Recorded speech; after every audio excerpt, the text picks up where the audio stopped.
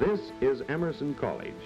Landmarks of New England's historic past dot the nearby downtown area, but at Emerson, they are blazing new trails in education for today and for the future.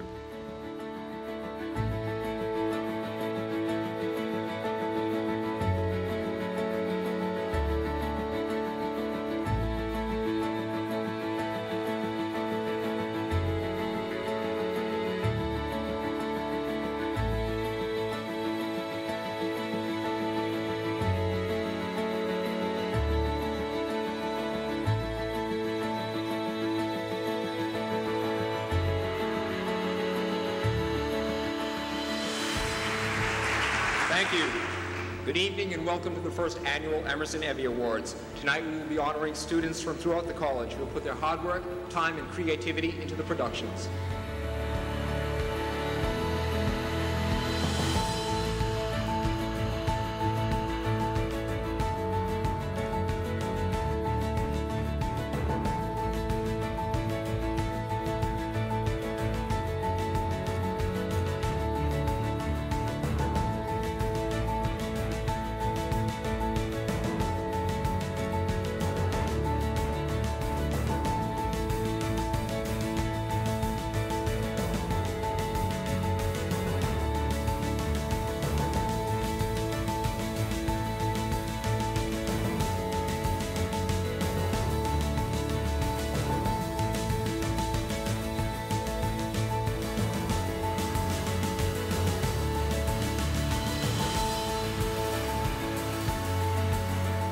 Emerson was founded not on what is, but what might be, the endless possibilities of the human imagination.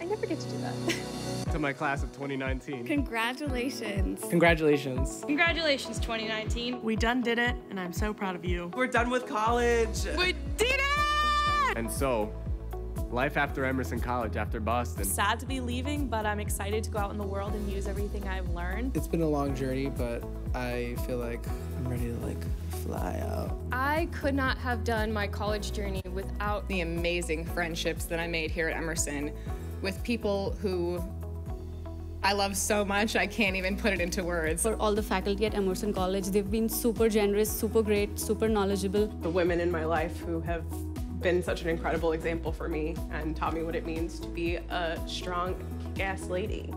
Everyone who's here today in the audience supporting me. Thank you to my parents, my mom and dad. I know you're seated somewhere there in the audience. Thank you so much for being here and supporting me throughout my entire journey. For always trusting me, even though I changed my plans a bunch of times. Thank you to my entire family. Mom, Dad. My grandma and my grandpa. For my sister, Paola. Appy, Uncle, Auntie. My mother and my dog. Thank you to my family. This is for you. To my mom and dad, I want to say 谢谢你们一直支持我。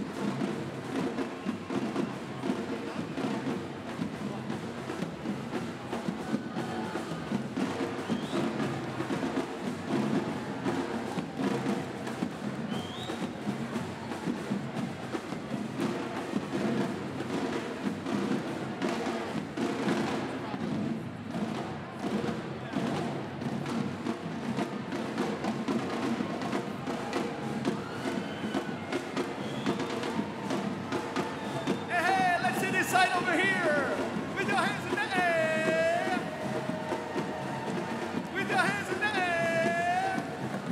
Aha! How about this side over here? Hey, hey, hey. With your hands in the air.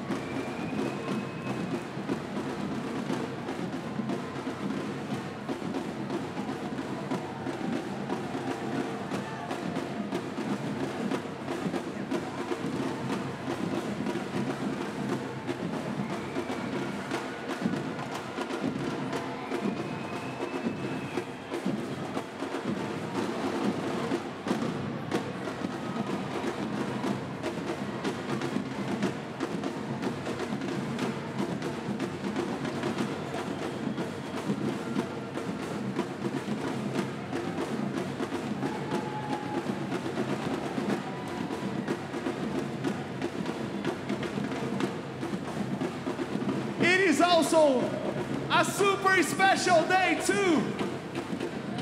And we would like to say Happy Mother's Day for all the moms that have dreamed to see our kids here right now. Let's give it up to all the mothers in this arena. Congratulations, class of 2019.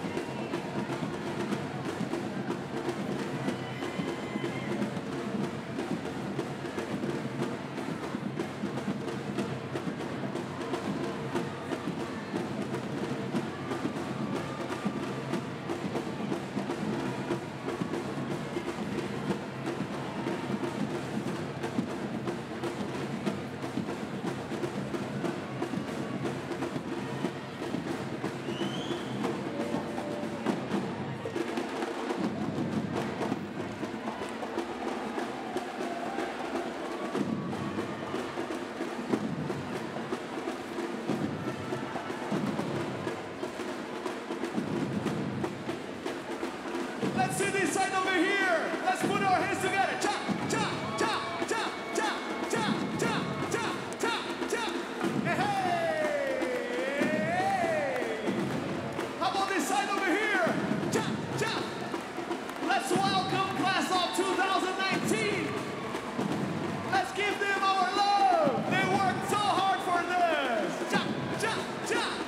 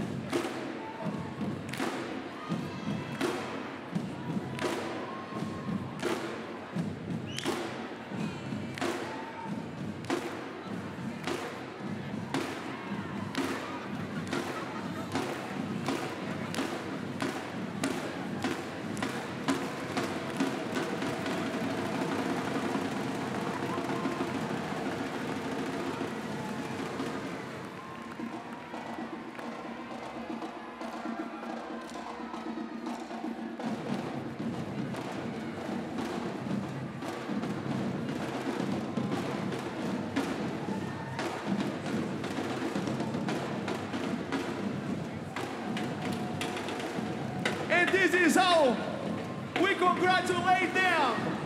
When I say hey, you say ha. When I say hey, you say ha. Congratulations. And I say hey, you say ha. Hey. Hey. Hey. Hey. Hey. Hey. Ha. Ha ha. You know the drill. You know the drill. When I say ha, you say hey. Ha. Ha. Ha. Ha. Hey.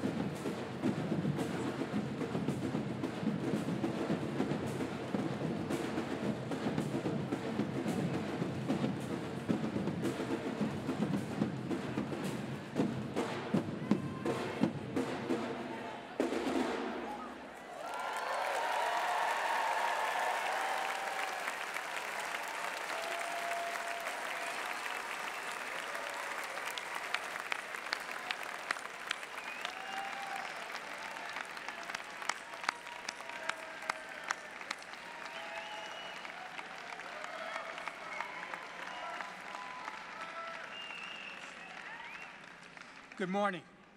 I'm Jeff Greenhart, Chairman of the Board of Trustees of Emerson College and an alum, and it's my distinct honor to convene our 2019 undergraduate commencement exercises.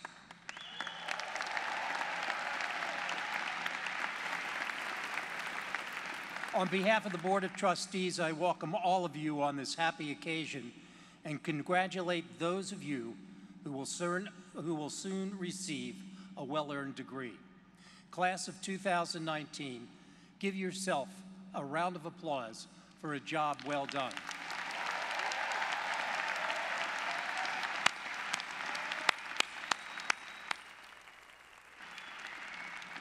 I want to pay tribute to the distinguished faculty of Emerson College.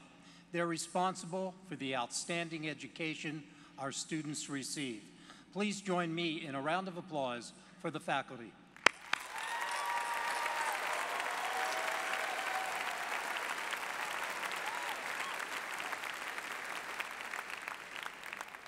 Now let's also give your parents, families, loved ones, and friends a round of applause for helping you reach this goal.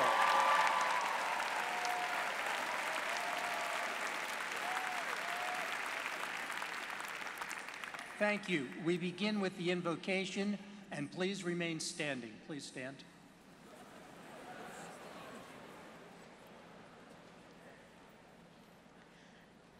Emerson community, families, friends, and honored guests. In this moment of invocation, we are called to engage in a practice that is ancient, with deep roots across a great many spiritual traditions, and yet it often feels unfamiliar, unexpected, and new. An invocation is, at its core, an invitation into stillness and reverence for that which we consider sacred. On a day filled with busyness and movement, our minds filled with logistics, maybe running on too few hours of sleep, and our hearts beating as quickly as those drums that we just heard, we are standing at a threshold. And so we take this moment of invocation as a sacred pause to invite, to acknowledge, and to thank all that has given us guidance and inspiration on our journeys leading up to today. As is our tradition here at Emerson, we begin by first acknowledging the land upon which we stand and upon which we have lived and learned during our college journeys. We are on the ancestral and unceded lands of the Massachusetts people, whose name was appropriated by this Commonwealth. We pay respect to the Massachusetts elders, past and present, and we acknowledge the truth of violence perpetrated in the name of this country, and we make a commitment to uncovering that truth. So too, in this moment of invocation, we also acknowledge and celebrate the diversity of spiritual paths and faith traditions that are present in this room right now. And we celebrate that we find the sacred in so many different ways. For some of us, this is in the mystery of God. For others, we find the sacred within the wisdom of our ancestors, or in the beauty of nature, or in sparks of creativity, or in pursuit of justice. However it is that you find sacredness in your life, I invite you to pause with me now and invite into your mind and into your heart all that you consider sacred. In this moment, you may close your eyes if you wish, or to simply let your eyes just rest and your body relax, taking a deep breath together in stillness and in community.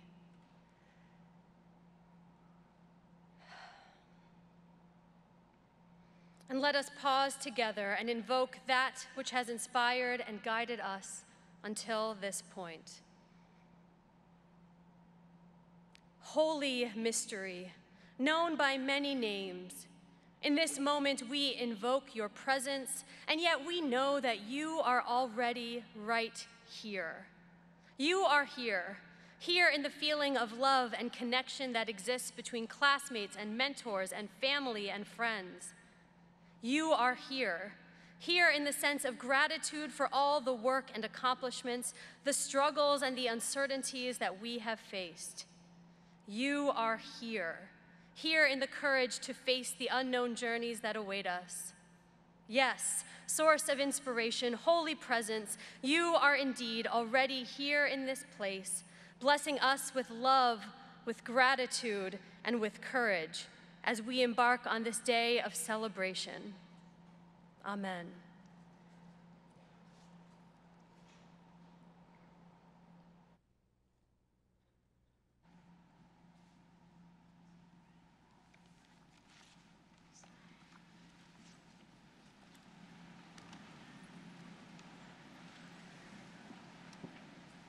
It is my pleasure to announce the winners of this year's Teaching Awards.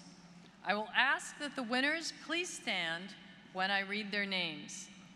The Helene and Stanley Miller Award for Outstanding Teaching goes to Laura Gluffling-Pham, Director of Clinical Education in Communication Sciences and Disorders, for showing remarkable dedication and creativity and for encouraging students to master their fields of study.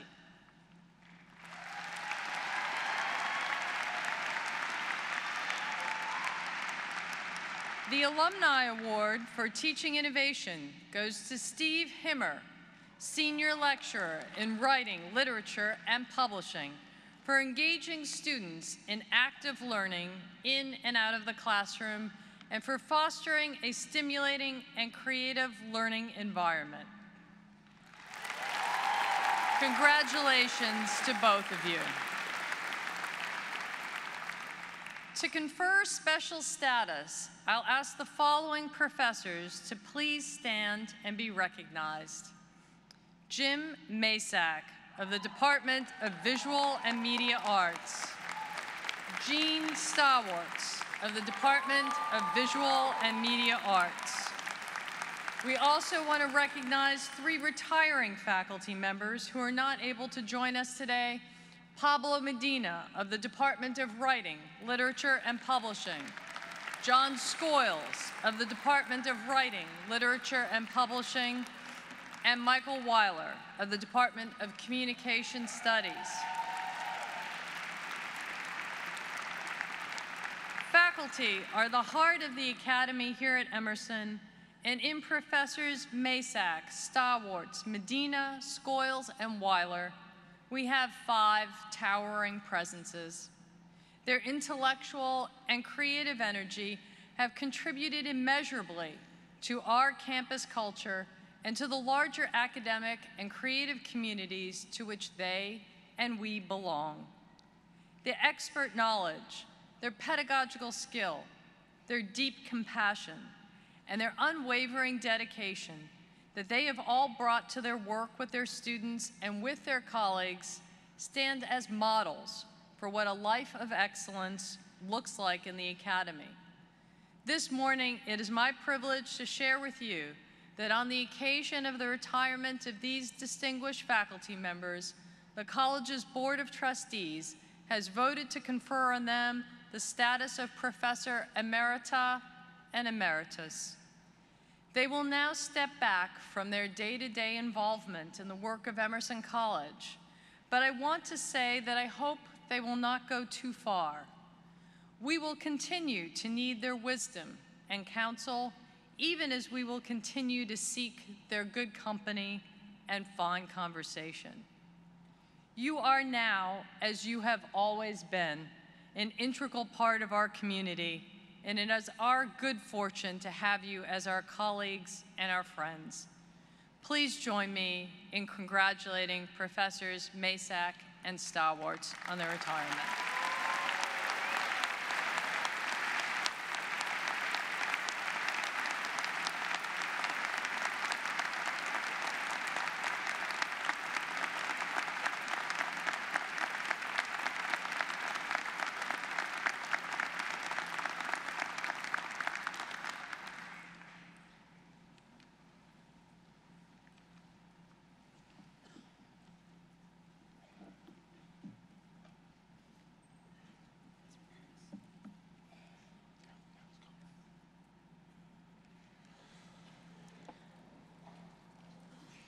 Eduardo Jay Padron, President of Miami-Dade College, economist, Presidential Medal of Freedom honoree.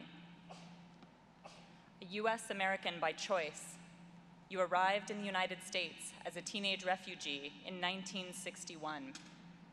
You hold degrees from Miami-Dade College, Florida Atlantic University, and the University of Florida, where you earned a master's degree and a PhD in economics.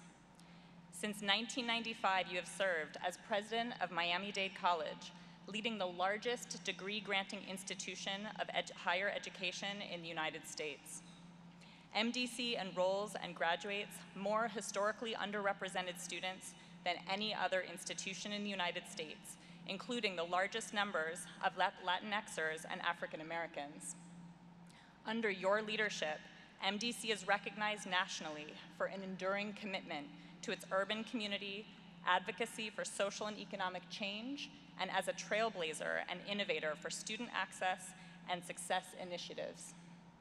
Time magazine named you one of the 10 best college presidents. You graced the cover of Florida Trends magazine's 2010 inaugural Floridian of the Year issue.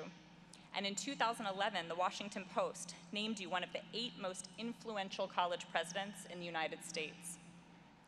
You are the recipient of the Carnegie Corporation Centennial Academic Leadership Award, Citizen Service Award from Voices for National Service, TIAA Hesburgh Award for Leadership Excellence, the Aspen Institute Ascend Fellowship, and a member of the U.S. News and World Report STEM Hall of Fame. 5 American presidents selected you to serve on posts of national prominence over the course of your distinguished career. In 2016, President Barack Obama awarded you the prestigious Presidential Medal of Freedom, the highest civilian honor in the United States, for your prominent national voice in cultivating access and inclusion in higher education. You know well that an education is the most powerful and valuable tool our society offers. Your steadfast commitment to advancing the opportunities for students, particularly those who are underrepresented, has made a marked difference in the lives of thousands of students.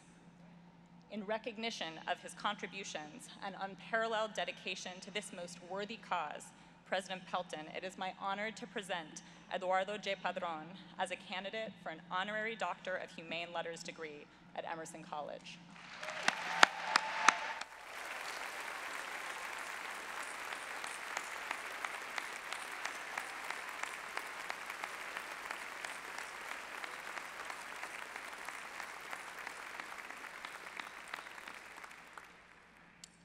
Eduardo Padron, by virtue of the power vested in me by the Commonwealth of Massachusetts and the Board of Trustees of Emerson College, I hereby confer upon you the honorary degree of Doctor of Humane Letters, which you have so justly earned, with all the rights, privileges, and responsibilities pertaining thereto, and welcome you warmly into the distinguished community of Emerson alumni.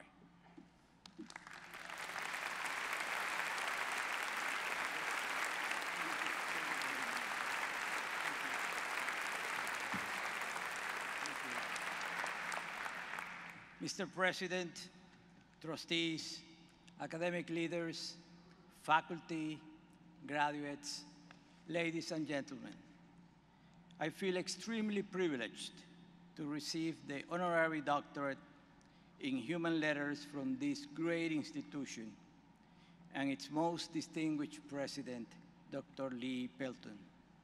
It is with great and deep sense of gratitude, as well as humility, that I thank you for the honor of becoming a member of this most impressive Emerson College community. I can proudly say to you today that I'm very, very proud to become, how you say it, Emersonian? Wonderful, thank you very much.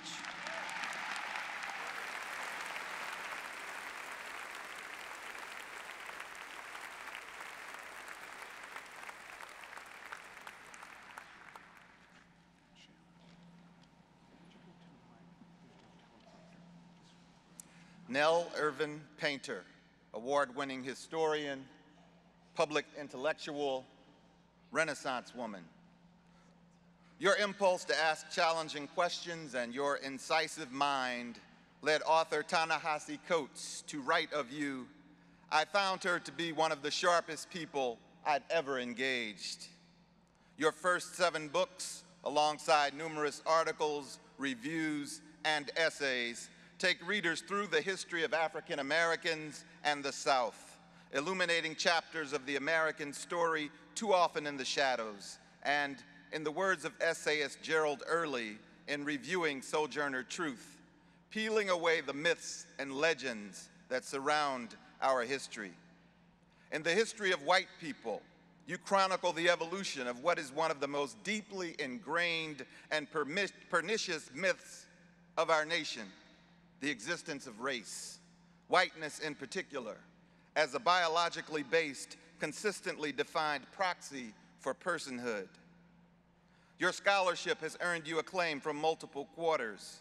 Sojourner Truth, A Life, a Symbol, earned the nonfiction prize of the Black Caucus of the American Library Association. And Standing at Armageddon, the United States, 1877 to 1919, won the Letitia Brown Memorial Publication Prize. You were presented with the American Historical Association's Award for Scholarly Distinction, the Centennial Medal of the Harvard University Graduate School of Arts and Sciences, a Guggenheim Foundation Fellowship, and the Brown Publication Prize, awarded by the Association of Black Women Historians, among others. As the Edwards Professor Emerita of American History at Princeton University and director of Princeton's African American Studies program, you passed along your probing curiosity, deep knowledge, and scholarly rigor to the next generation of historians, writers, and intellectuals. Upon retiring from Princeton at the age of 64, you returned to the classroom to follow a long-delayed calling as a mixed media artist. Your resulting memoir, Old in Art School,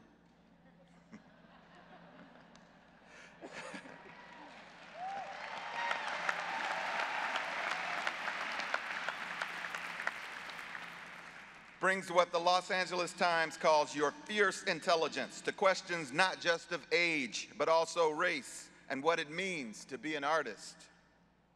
In recognition of contributions to historical and artistic inquiry, President Pelton, it is my honor to present Nell Irvin Painter as a candidate for an honorary Doctor of Humane Letters degree at Emerson College.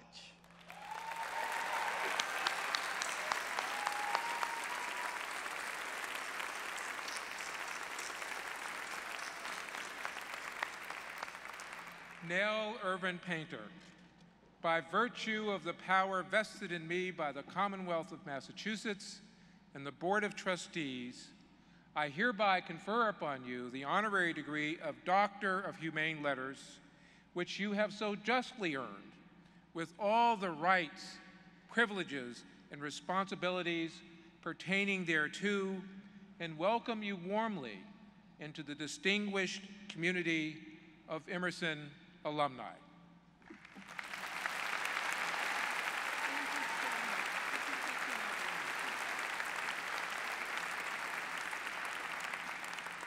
Thank you so much. This is such a lovely honor.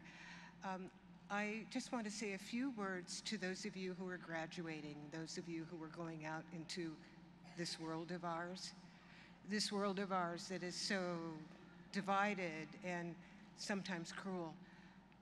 I want you to remember that it's normal to see, not necessarily to participate in, but to see instances of injustice or cruelty.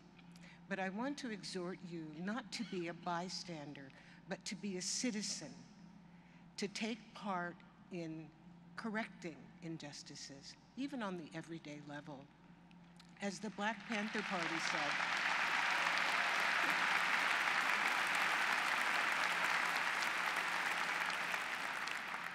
let's see if you'll applaud for what I'm about to say. As the Black Panther Party said,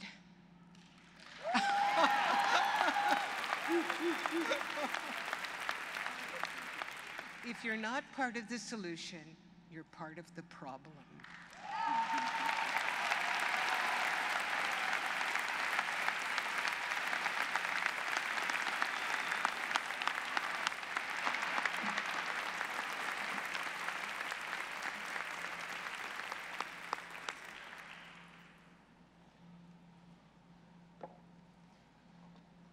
Jose Antonio Vargas, Pulitzer Prize-winning journalist, Emmy-nominated filmmaker, and tireless advocate and voice for undocumented immigrants.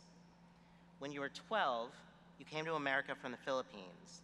Years later, you learned your identity documents were fraudulent.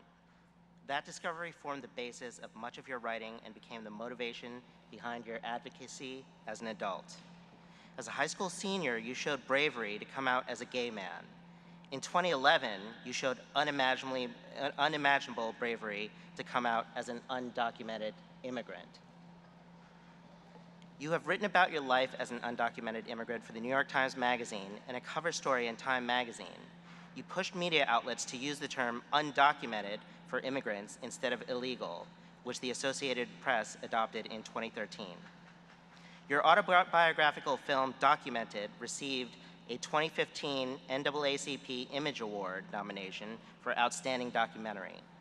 And your book, Dear America, Notes from an Undocumented Citizen, was praised by the Washington Post because it showed readers how living without papers is possible, both difficult and commonplace, and too often heartbreaking. You understand the power of storytelling to transcend politics. In 2011, you founded Define American, a nonprofit organization that opens the dialogue about immigrants, identity, and citizenship in the US. Define American has been recognized by Fast Company as one of the most innovative companies in the world. Most recently, you co-produced the Broadway play, What the Constitution Means to Me, which was nominated for 2 Tony Awards, including Best Play.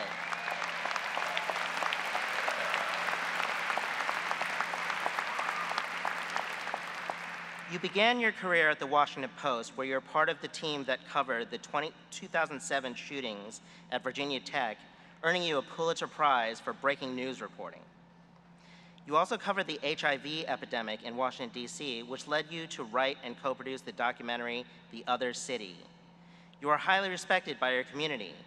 In 2012, your alma mater, San Francisco State University, named you Alumnus of the Year. And last year, your hometown of Mountain View, California, named an elementary school in your honor. In recognition of these many contributions and achievements, President Pelton, it is my honor to present Jose Antonio Vargas as a candidate for an Honorary Doctor of Humane Letters degree at Emerson College.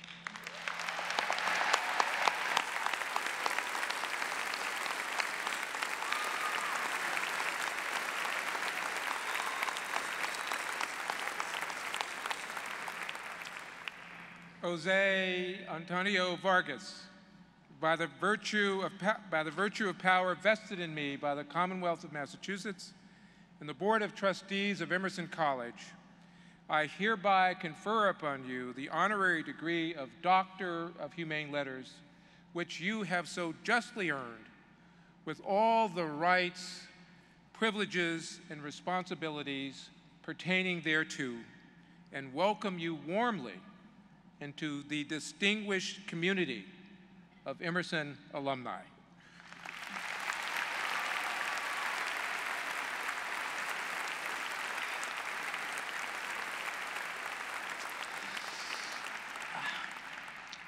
You gotta love America. I can get an honorary degree from Emerson College, but I still can't get a green card. Yes. I just want to say 2 quick things.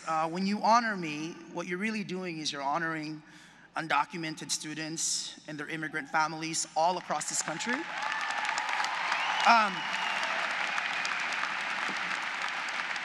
Who must know that our lives are worth more than pieces of papers we don't have, and laws and policies that people don't even understand. When you honor me, since today is Mother's Day, you're also honoring my mother.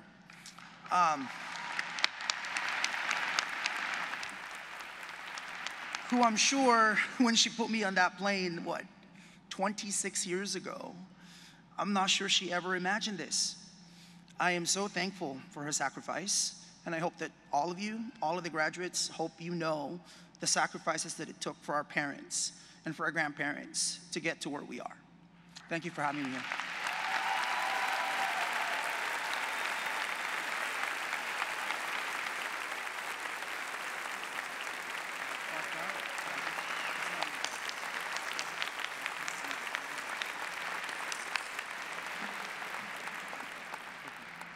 Soledad O'Brien, award-winning journalist and documentarian, author, truth teller, and trailblazer. You have dedicated your career to covering some of the most important events of our time and to documenting the lives of Americans whose stories often go untold. In doing so, you have enlightened and educated us about our nation's history and the biases that exist in our society. Your powerful storytelling challenges us in the very best ways to rethink our views and assumptions around divisive issues.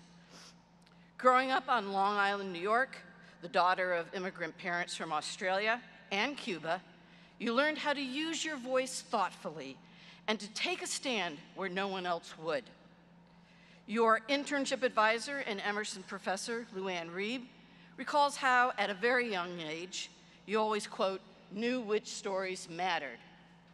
Today, your clear sense of purpose comes through in your commitment to illuminating the voices and stories of those who have been marginalized. The National Association of Black Journalists said your Black in America series offered extraordinary and gripping stories of successful community leaders who are improving the lives of African Americans. You have been recognized for your work in numerous ways. The Morehouse School of Medicine created the Soledad O'Brien Freedom's Voice Award, and you were the first recipient of the Johns Hopkins Bloomberg School of Public Health Gudermot's Humanitarian Award. You received Emmy and Peabody Awards for your coverage of Hurricane Katrina and the Deepwater Horizon Gulf Coast oil spill, and an Alfred DuPont Award for your coverage of the Southeast Asia tsunami. You are also the recipient of the Hispanic Heritage Vision Award and the NAACP President's Award. You founded the Starfish Media Group production company, which is dedicated to telling empowering stories of race, class, wealth, poverty, and opportunity. And with your husband, you founded the Power Her Foundation, which helps young women attend and be successful in college. You have said, quote, if you can tell stories about human beings, you've done your job. In recognition of her achievement and her accomplishments in journalism, education, and a job very, very well done, President Pelton, it is in my honor to present Soledad O'Brien as a candidate for an honorary Doctor of Humane Letters degree at Emerson College.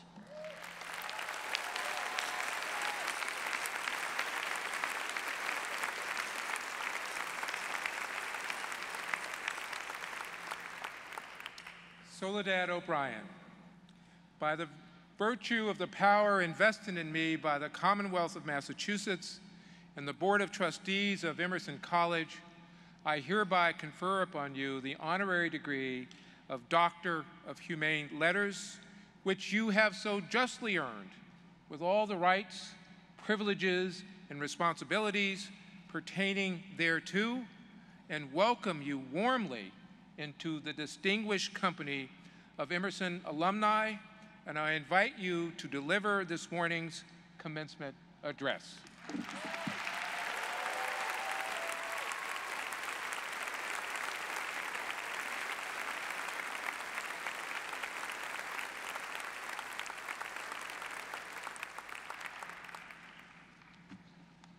congratulations to all my honorees who are up here as well, and of course to the graduates of the class of 2019. We look pretty good. Wow, what an honor to be asked to speak to you today, because it's a day that is so important to you. And let's be real, it's more important to your parents. Some people are getting off the payroll today. Listen, right? I once sat where you sat on not super comfortable folding chairs, waiting for the speaker to get on with it already. I'm the only thing really standing between you and your degrees. And I am very much aware that some of you just rolled in from last night. I get it. We don't need to go into that. And others of you have, of course, been preparing for this day since you arrived on campus. And I think for everyone, this really is the culmination of years of hard work and dedication, of long nights and challenging projects, of getting it done, of focusing on issues that matter, of a desire to create meaningful work. Today, you are surrounded by the people who love and support you, the people who got you here, your sisters and brothers, your parents and grandparents, whose sacrifice and whose constant belief in you, maybe when you didn't even believe in yourself, has helped you get here, has helped you achieve. And so, to the parents here today, congratulations to you, because I know that you are looking down on this sea of candidates, and even though they're grown people, you're like, that's my baby. Right? I know, I have 4 kids, and I know exactly what the anticipation of this moment has been like. And so I'd like to ask anybody who's put $1 into helping someone here graduate, stand up and be celebrated for a job well done, parents.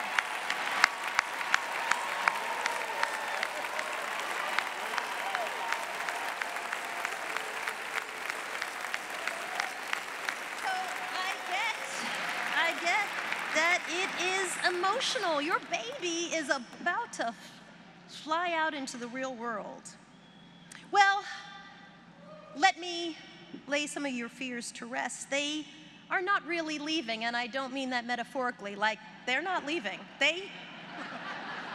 These independent young people are gonna move back in with you. Let me tell you, if it's not this year, it's probably next year. When I left home for college, my parents literally knocked down the wall of my bedroom so they could expand their bedroom, like 2 days after I left. I still moved home twice. And to the graduates, I know today is bittersweet. I know you are taking in this moment your friends, your experiences. This is where you grew up intellectually, where you developed those deep and meaningful friendships and bonds. And maybe you're worried. Maybe you worry that with graduation today, you lose some of those connections. Your graduation means, you fear, that you're saying goodbye to all that you've known here at Emerson. Well, let me put those fears to rest too. This place of higher learning will be part of your life forever.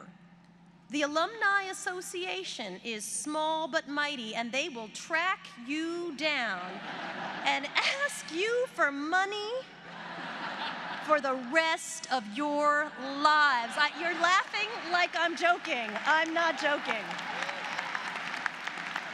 Literally, some of you will move overseas. And you'll still get, sometimes your parents can't get through to you, and the Alumni Association will manage to reach out to you. Now, since this is a graduation, we all know how this is supposed to work. I should get up here, spout some advice. You all should dutifully nod and listen. The only problem with that is I don't really give advice, and I'll tell you why. Many years ago, a woman's magazine asked me what was the best advice I had ever gotten from my mother, and it's really Mother's Day, right? So this is a good time to tell this story. It was a Mother's Day feature, and they said, we're gonna give you a half-page photo with you and your mom hugging, and then you could have like the line of what the great advice was. Now, my mom, who passed away recently, was never a warm, fluffy, sweet mom. She just wasn't. She was like tough immigrant mom. And so I said, I think that's a really terrible idea. And they said, no, best advice your mom ever gave, hugging. I said, okay, well, my mom's best advice was, most people are idiots. Needless to say, we never made it into the magazine, and I never heard from her again. But really, I think it was some of her best advice to me, because I think she meant some people are idiots, and if you listen to them, you're a bigger idiot. You will be told in many various ways all the things that you cannot do, that you should not do, that you will absolutely, positively fail if you try to do, and so, if I may ask, please do not listen. Most people are idiots, and sometimes they just don't know. They're speaking from fear. And as you head into the world today, you need to be fearless. Problems can be solved, and this is always the way it's been. That's not an answer. And nuance and discussion can be inserted back into our most critical conversations that are happening right now in our world.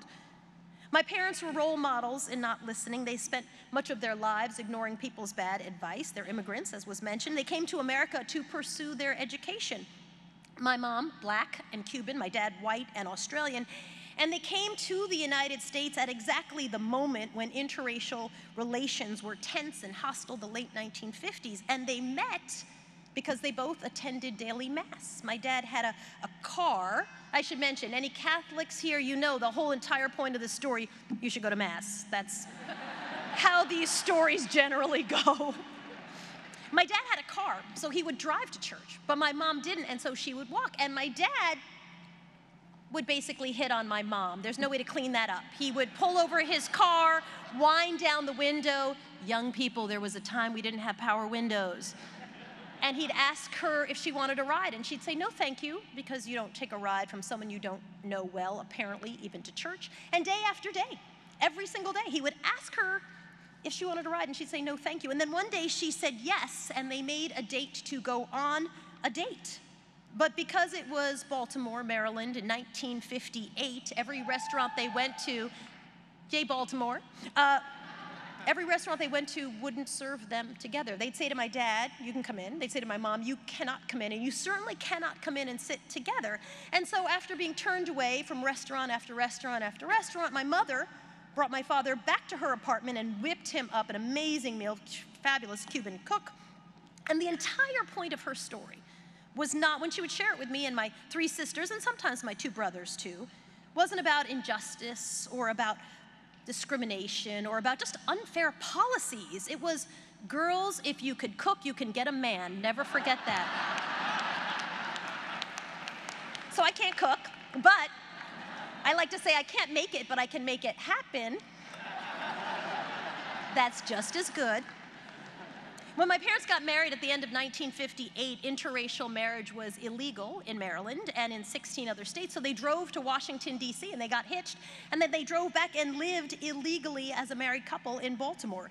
And when their friends said, whatever you do, don't have children because biracial kids will have no place in this world, I'm number 5 of 6. My parents were very good at not listening to bad advice.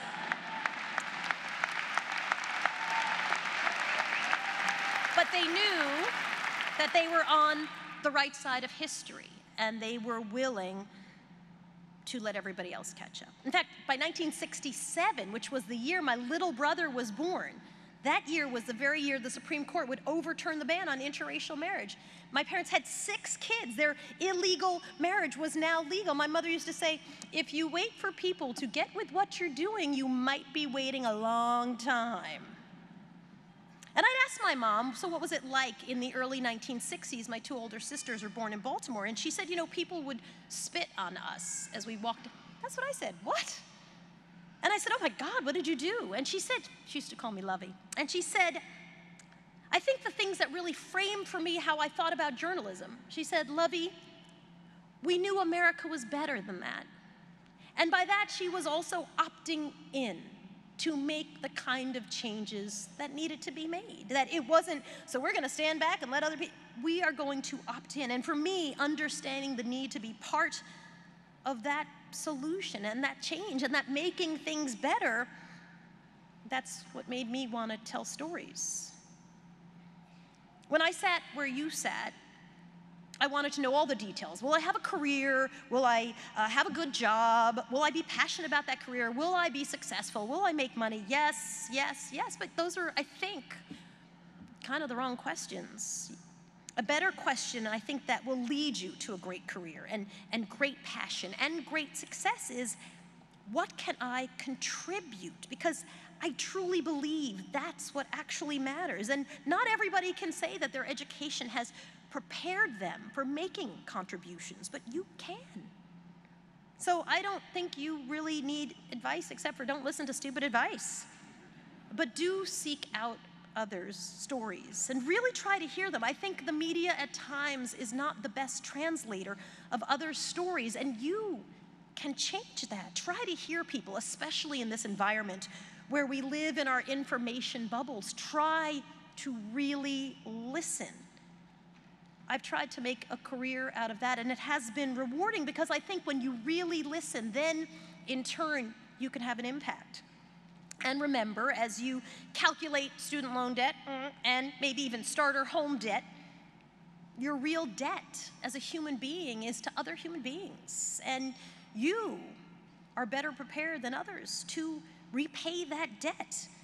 Because I think it's with facts and with data and with evidence and hard work that you can help us undergird the real stories that help us understand each other. Our differences, for sure, our similarities, and those things are what make the world better. I started my career in TV news at a time when cable news was just getting started, and one of my very first jobs was to carry the cell phone. Cell phones used to be the size of a brick, maybe even like 2 bricks. And literally my job was to carry that thing around. It was very heavy. And there was only the evening news. Everybody waited for the evening news to do a story. Education stories back then were considered soft and only for women. Stories about childcare were considered to be less weighty and important. And today, of course, news breaks all day, every day, and we grapple with education policy. We haven't figured out ways to solve how do you find good childcare for working parents. And today's social media allows us just to funnel the stories and perspectives that we care about into our lives and lose everything else. Elected officials, let's be real, often choose the live shots in the halls of Congress rather than work with their fellow elected officials because the game isn't solutions, it's owning the narrative. And I think sometimes all of that is why we're here today. People lack a faith in institutions, media, government, because they feel like they're not being served by them. And we're at a time when the truth itself is under attack. Today, the media often chases stories and chases eyeballs rather than camp out and dig into complicated and nuanced conversations.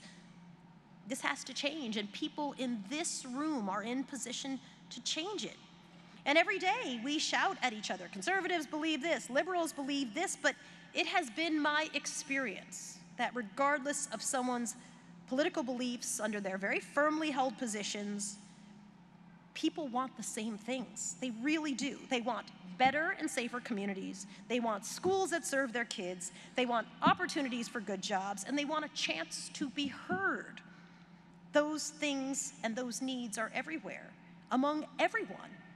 And while this country is divided among partisan lines, let's be real, there is still a lot that we share. You might not know it because we don't talk about it a lot, but it exists. And I think that's where we have to start. If you focus on problems and not solutions, if you focus on the litany of differences and not, okay, there is a sliver of common ground where we can start a conversation. If you focus on your amazingly awesome, snarky Twitter account, but not actually getting to know human beings, you probably won't solve any problems, and you definitely will not change the world. I became a reporter because I wanted to tell stories about people, and then pretty quickly I realized the best way to do that was to hand them the mic and let them tell their own stories. And I wanted to ask tough questions and understand people's lives and their perspectives. And my job was never about interviewing famous people and political pundits. It's about understanding people and their hopes and their dreams and their choices and their fears. And sometimes I think we have forgotten that. When I started reporting documentaries like Black in America and Latino in America and Muslim in America, giving the microphone to undercovered communities was considered groundbreaking, which is even hard to believe. And we did a documentary on coal miners in West Virginia and female rescue workers at Ground Zero, and documentaries on New Orleans post-Katrina and Haiti. And we looked at urban schools and rural schools and found that actually they have a lot in common. We found coal miners who wanted to build solar farms and conservative Republicans and liberal Democrats who were able to meet in the middle on some things and build some consensus, not on everything and not even on a lot of things sometimes, but on some things. And so I've tried in my work to reveal more about America through the voices of the people who are ignored or misunderstood and give some perspective. And I think if we start with understanding that an individual's dream doesn't have to be at odds with somebody else's dream, and that we could potentially be part of the same whole, that a national dream could stand for something, I think we can actually get there. So I will encourage you today to be fearless in searching for the truth. Not the truth that someone's told you, or even the conventional wisdom, which sometimes we take for truth, but to go to people and talk to them about the truth of their lives as they're lived and their experiences, and then fight for those things to get to a platform. Whether you're a journalist on air, or you're in a boardroom, or you're just in society, there is a myth that people only want to hear about those things that reflect the things that they identify with. I remember when we started doing our Black in America documentary series, people would literally say to me, "So don't make it like too black." I was like, "This is called Black in America." But you know what I said? Okay.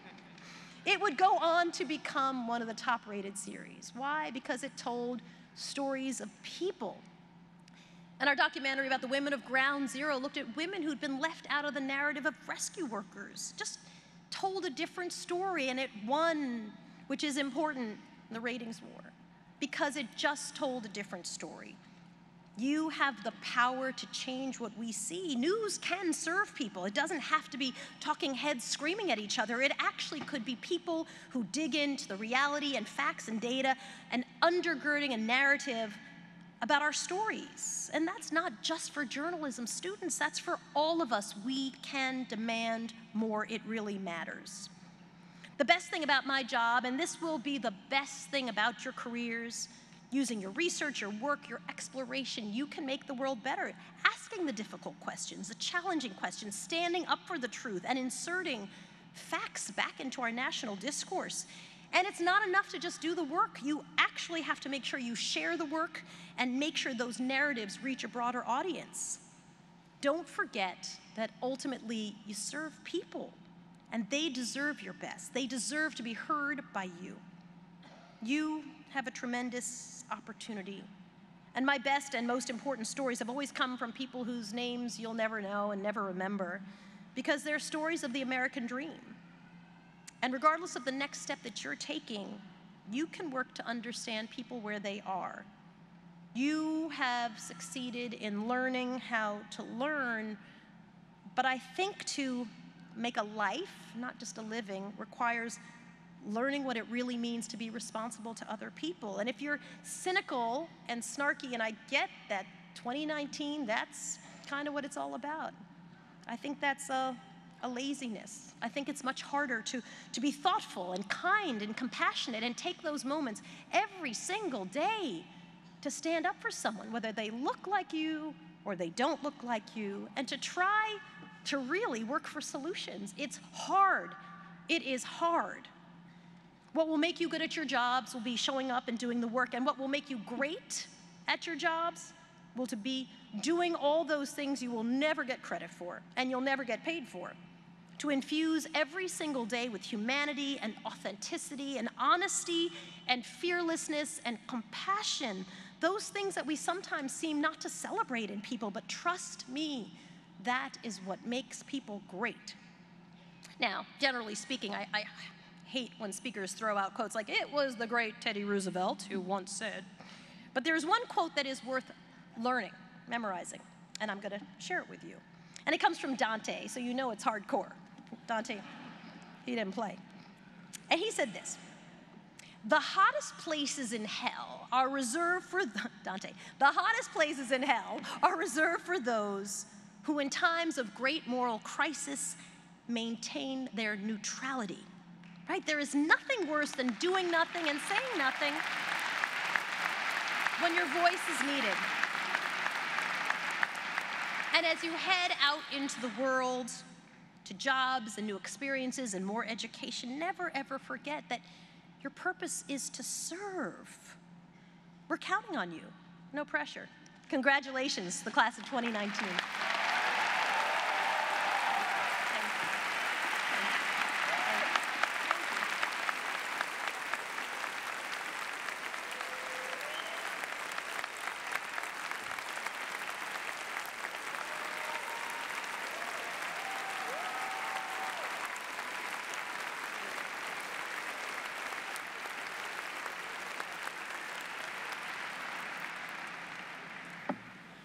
I now have the honor of introducing today's senior class speaker, Nupur Amin.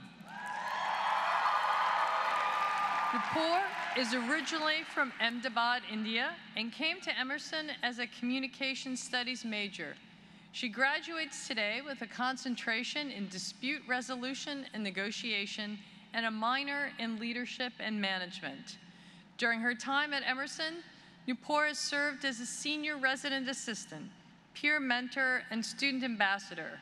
She hopes to work as a trainer, finding ways to make communicative conflict resolution a part of everyday interpersonal skills. Please join me in welcoming our senior class speaker, Nupur Amin, to the podium.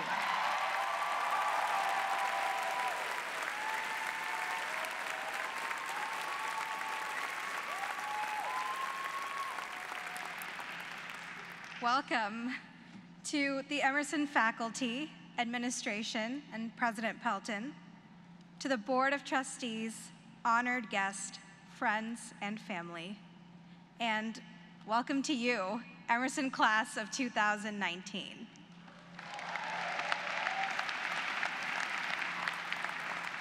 I want to say the biggest, most hearty congratulations to some people without whom today would not be possible.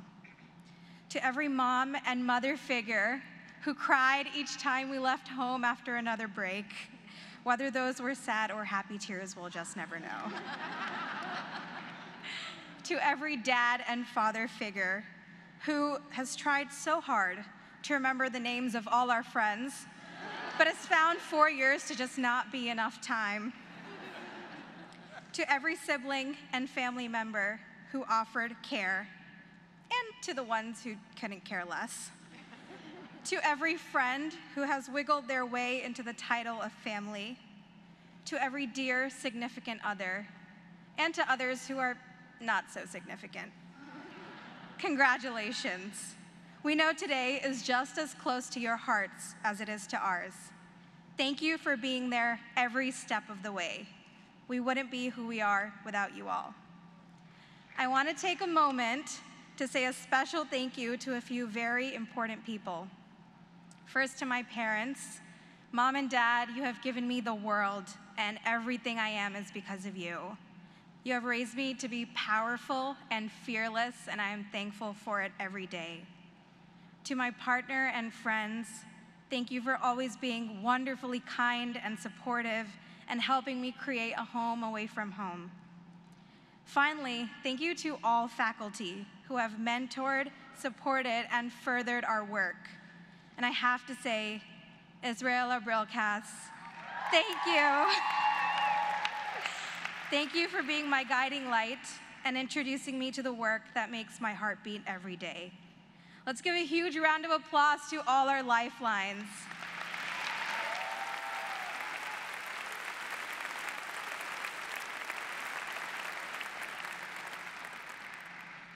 A poet, Orson Shire, once wrote, "I held an atlas in my lap, ran my fingers over the whole world, and whispered, 'Where does it hurt?'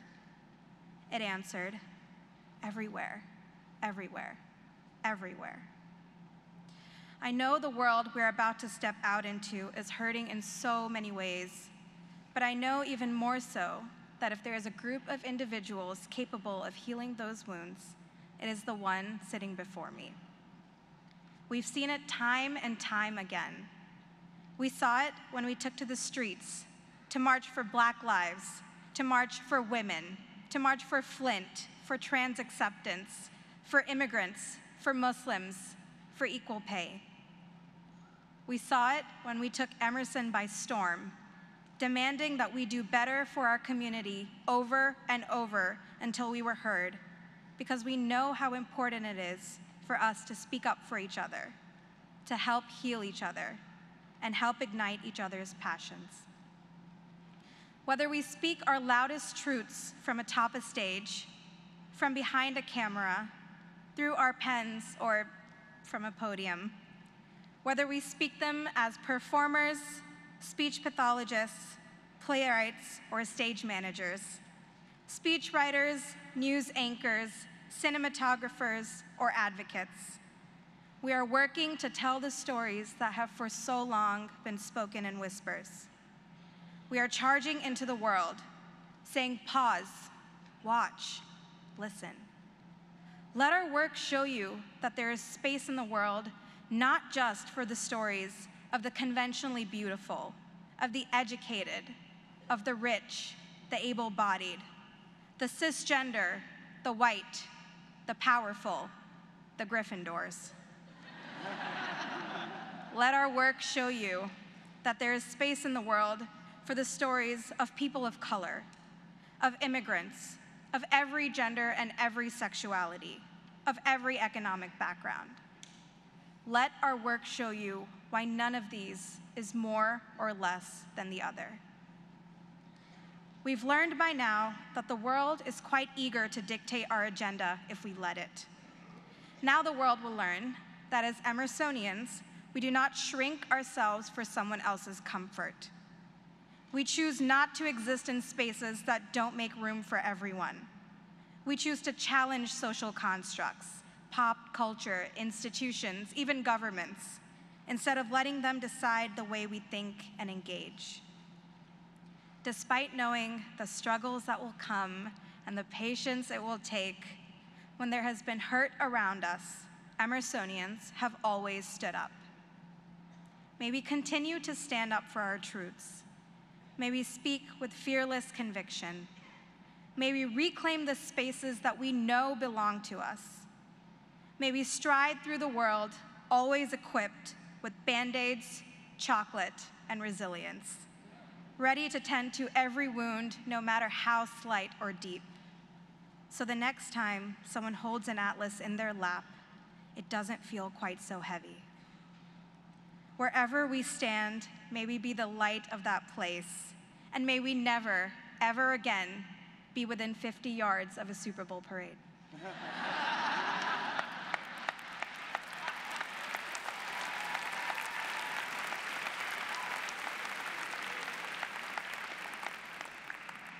Dear class of 2019, welcome to wherever you are. Have an incredible time growing and healing and journeying to wherever it is your atlas calls you next. This is your life. You made it this far. May you go further still, and may you create revolutions wherever you go. Thank you, and congratulations.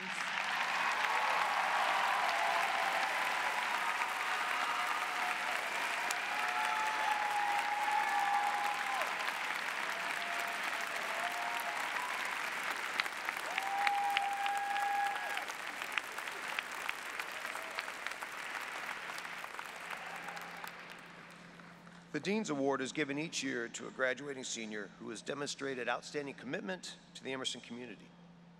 As a group, your class posed a particularly difficult challenge, as there are many people sitting out in the room today who have made a difference and are worthy of recognition. As we reviewed nominations, however, and thought about what it means to make an impact on our campus, one person continued to stand out from the crowd. 4 years ago, this person made the trek to Boston from their home in Virginia, excited to start their college career and begin their studies as a media arts production major. As a first-year student, our recipient was a resident of Paramount and immediately began a pattern of making a difference around campus. Early on, our recipient was involved with Ebony and Emerson Christian Fellowship as well as with the Emerson Dance Company and Anime at Emerson, where they were elected treasurer. Serving as a front-of-a-house usher for Arts Emerson and a studio assistant for the Office of the Arts, this kept our recipient busy and helped them become known around campus. Our recipient values the bonds of sisterhood, being a member of both Flawless Brown and Kappa Gamma Chi sorority, where she served as treasurer. But perhaps this person's most noticeable involvement has been within our Residence Life program. A 3-year resident assistant, this person is the only known Emersonian to have been an RA on the Boston campus, the Castile Well campus, and at Emerson Los Angeles. Our recipient is described by staff advisors as someone who deals with stress, anxious people, and a million questions with continual grace and tact. By now, this recipient is undoubtedly knows who she is, and I'm sure many of you do as well. Oluwaseun Deborah Afolayan, could you please join me on stage while I continue to highlight your accomplishments?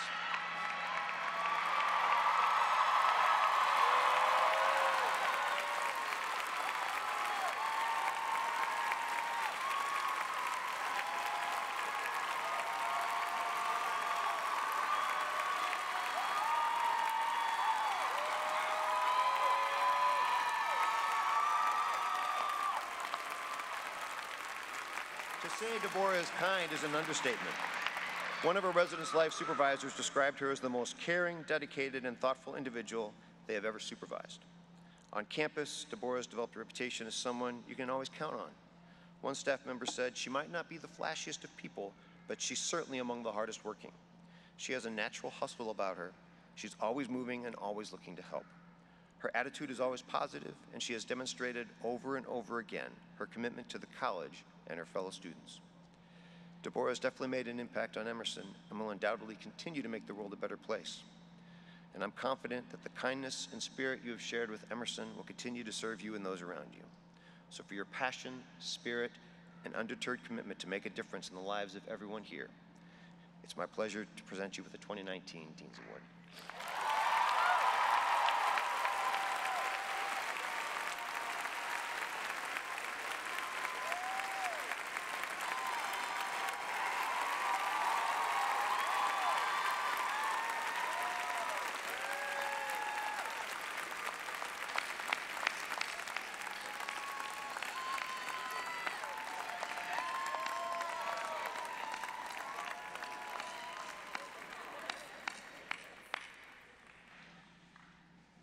It's my privilege to award this year's President's Citation, which was established to recognize a member of the graduating class who has demonstrated in their time at Emerson the qualities that define our core values of integrity, intelligence, creativity, and most important, a commitment to civic engagement and community service at Emerson College.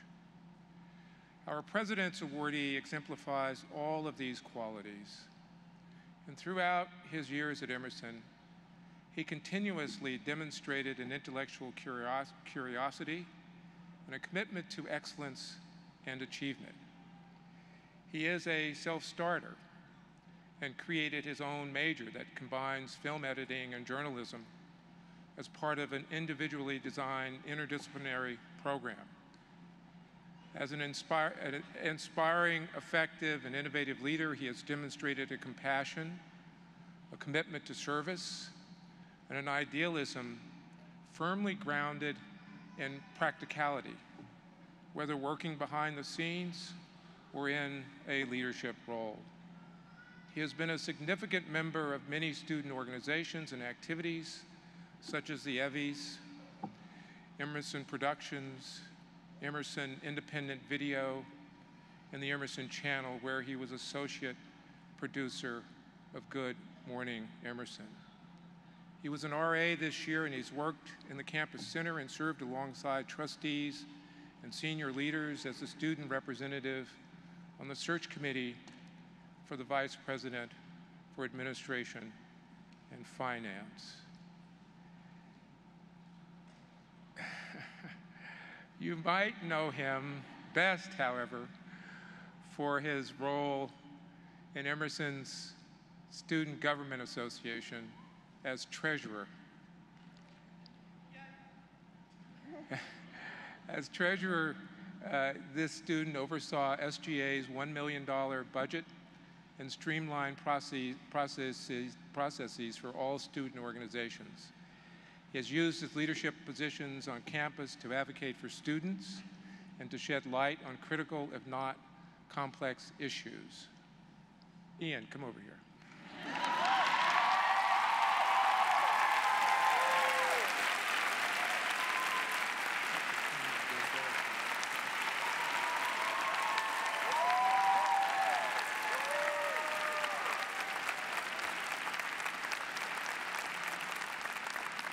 As SGA Treasurer, last year he helped develop an initiative in response to the national student debt crisis, offering solutions to issues of diversity and accessibility, communication, and academic support.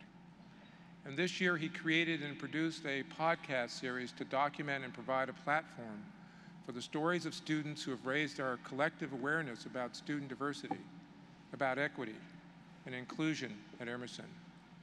And just a few weeks ago, he received Emerson's Lion Pride Award in recognition of his significant and meaningful contributions to the college and for his ability to inspire others while instilling a sense of pride in our community. He brings to life Emerson's highest commitment and values and lives out every day that commitment to be the civic good that is so central to who we are and what we hope to be. I think you all now know who I'm talking about. It's my great pleasure and honor to award this year's undergraduate presidential citation to Ian Mant.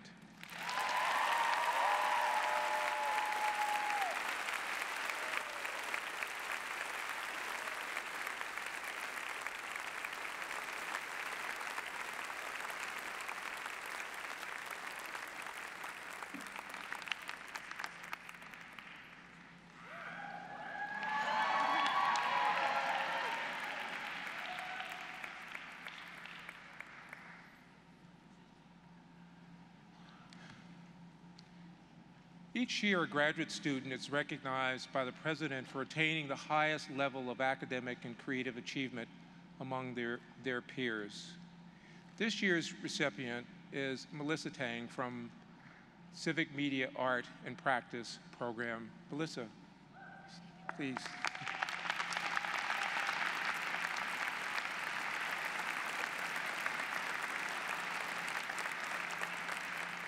Melissa focused her thesis on designing an innovative program that reduces prison recidivism.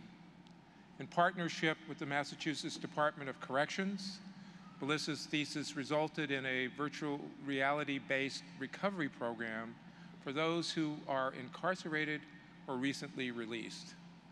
Unlike existing VR training simulations, this model uses the voices of people who have lived through incarceration with the belief that mass incarceration requires the work of a community that includes people whom we often write off as criminals and addicts. The first pilot began in April at the South Middlesex Correctional Center, the state's only minimum security and pre-release prison for women. By including incarcerated and recently released people in an immersive storytelling process, the VR is realistic and evocative of emotions and memories, allowing mental health specialists to engage participants in very difficult conversations about their behaviors. Melissa's hope is that this will help to set recently released incarcerated adults on a more stable path and keep them from returning to prison. This summer, Melissa will be working with the Engagement Lab to expand the VR program through partnerships with the City of Boston and local mental health and recovery nonprofits. Melissa, who graduated from Rice University in economics, is receiving her MA in civic media, and it is my deep pleasure to present Melissa Tang with the 2019 President's Citation. Melissa.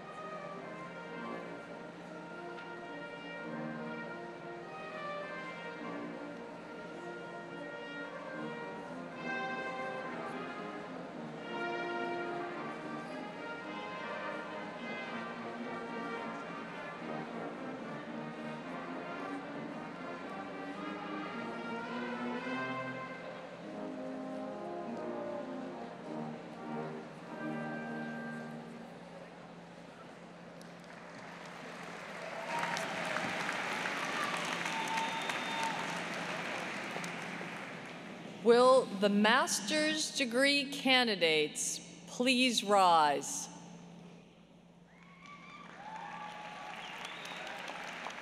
President Pelton, on behalf of the faculty of Emerson College, I have the honor of presenting to you the candidates for the degrees of Master of Arts, Master of Fine Arts, and Master of Science, who have successfully completed all requirements.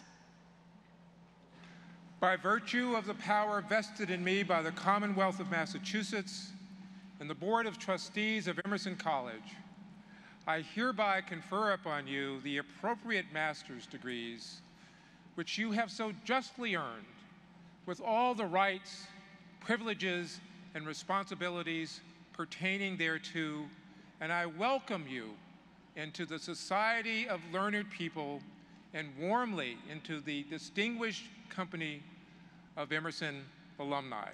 Congratulations.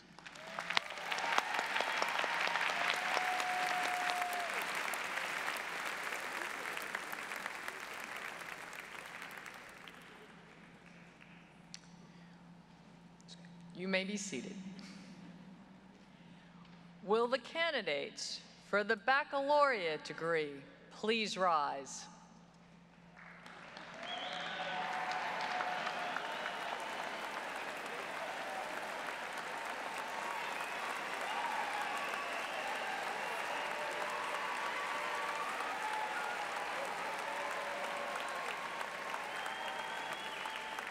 President Pelton, on behalf of the faculty of Emerson College, I have the honor of presenting to you the candidates for the baccalaureate degrees of Bachelor of Arts, Bachelor of Fine Arts, and Bachelor of Science, who have successfully completed all requirements.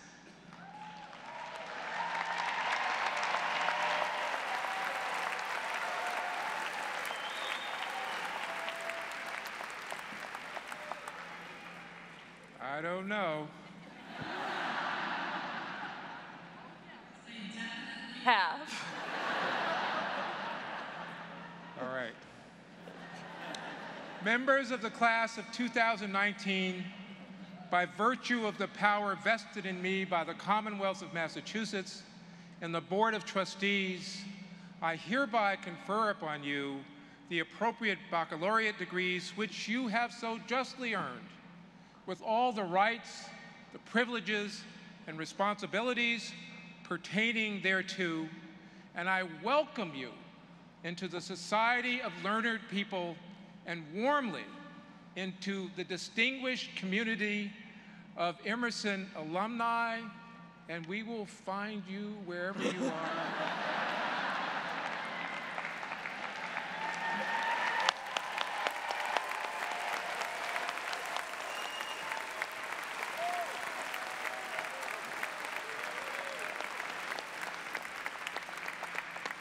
Congratulations, and please come forward to receive your degrees.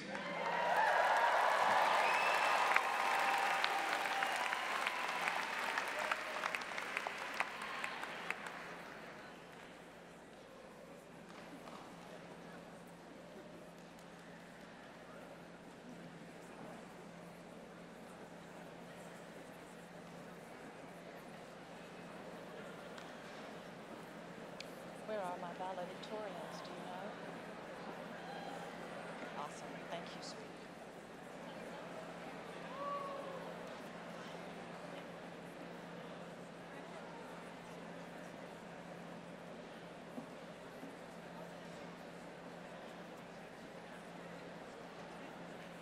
President Pelton, may I present the class of 2019 valedictorians.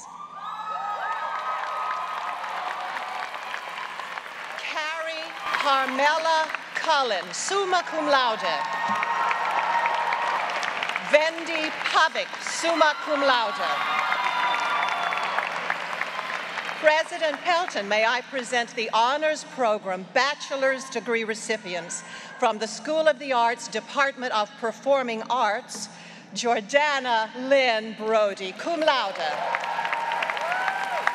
President Pelton, may I present the Honors Program Bachelor's Degree recipients from the School of the Arts, Department of Visual and Media Arts. Jillian Renee Anderson, magna cum laude. Hannah Dareth Antrim, magna cum laude. Natalie Jose Bush, cum laude. Amelia Dawn Channon, summa cum laude. João de la Rocha Vieira, cum laude. Maria Victoria Graff. Erin Graham, magna cum laude. Joseph Green, summa cum laude. Lincoln Nathaniel Griswold, summa cum laude. Brandon Liam Kaplan, cum laude.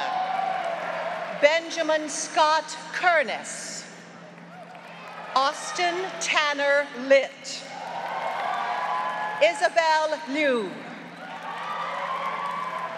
Joseph David Lyons. Kira Alexandra Power, magna cum laude. Maria Elisa Rodriguez. Brooke Bulkey Solomon, cum laude. Aaron B. Van Leesten. Emily Yuko Walborn, summa cum laude. Jared Du Yerger, summa cum laude. President Pelton, may I present the Honors Program Bachelor's Degree recipients from the School of the Arts, Department of Writing, Literature, and Publishing, Lindsay Marie Belcher, summa cum laude. Graham Crawley, magna cum laude. Nina Fiona Fisher, cum laude. Sarah May Henke, cum laude. Maya Helen Kaiser. Alice Sarah Lynch, magna cum laude. Olivia Hall Martinson. Miranda Lee Mason. Lily Ann Millman, summa cum laude. Alessandra Settineri, magna cum laude. Miles Elaine Taylor. Erin Delaney Wetzler. President Pelton, may I present the Honors Program Bachelor's Degree recipients from the Institute for Liberal Arts and Interdisciplinary Studies, Juliana Carmen Sai. Kira Anne-Marie Venturini, cum laude.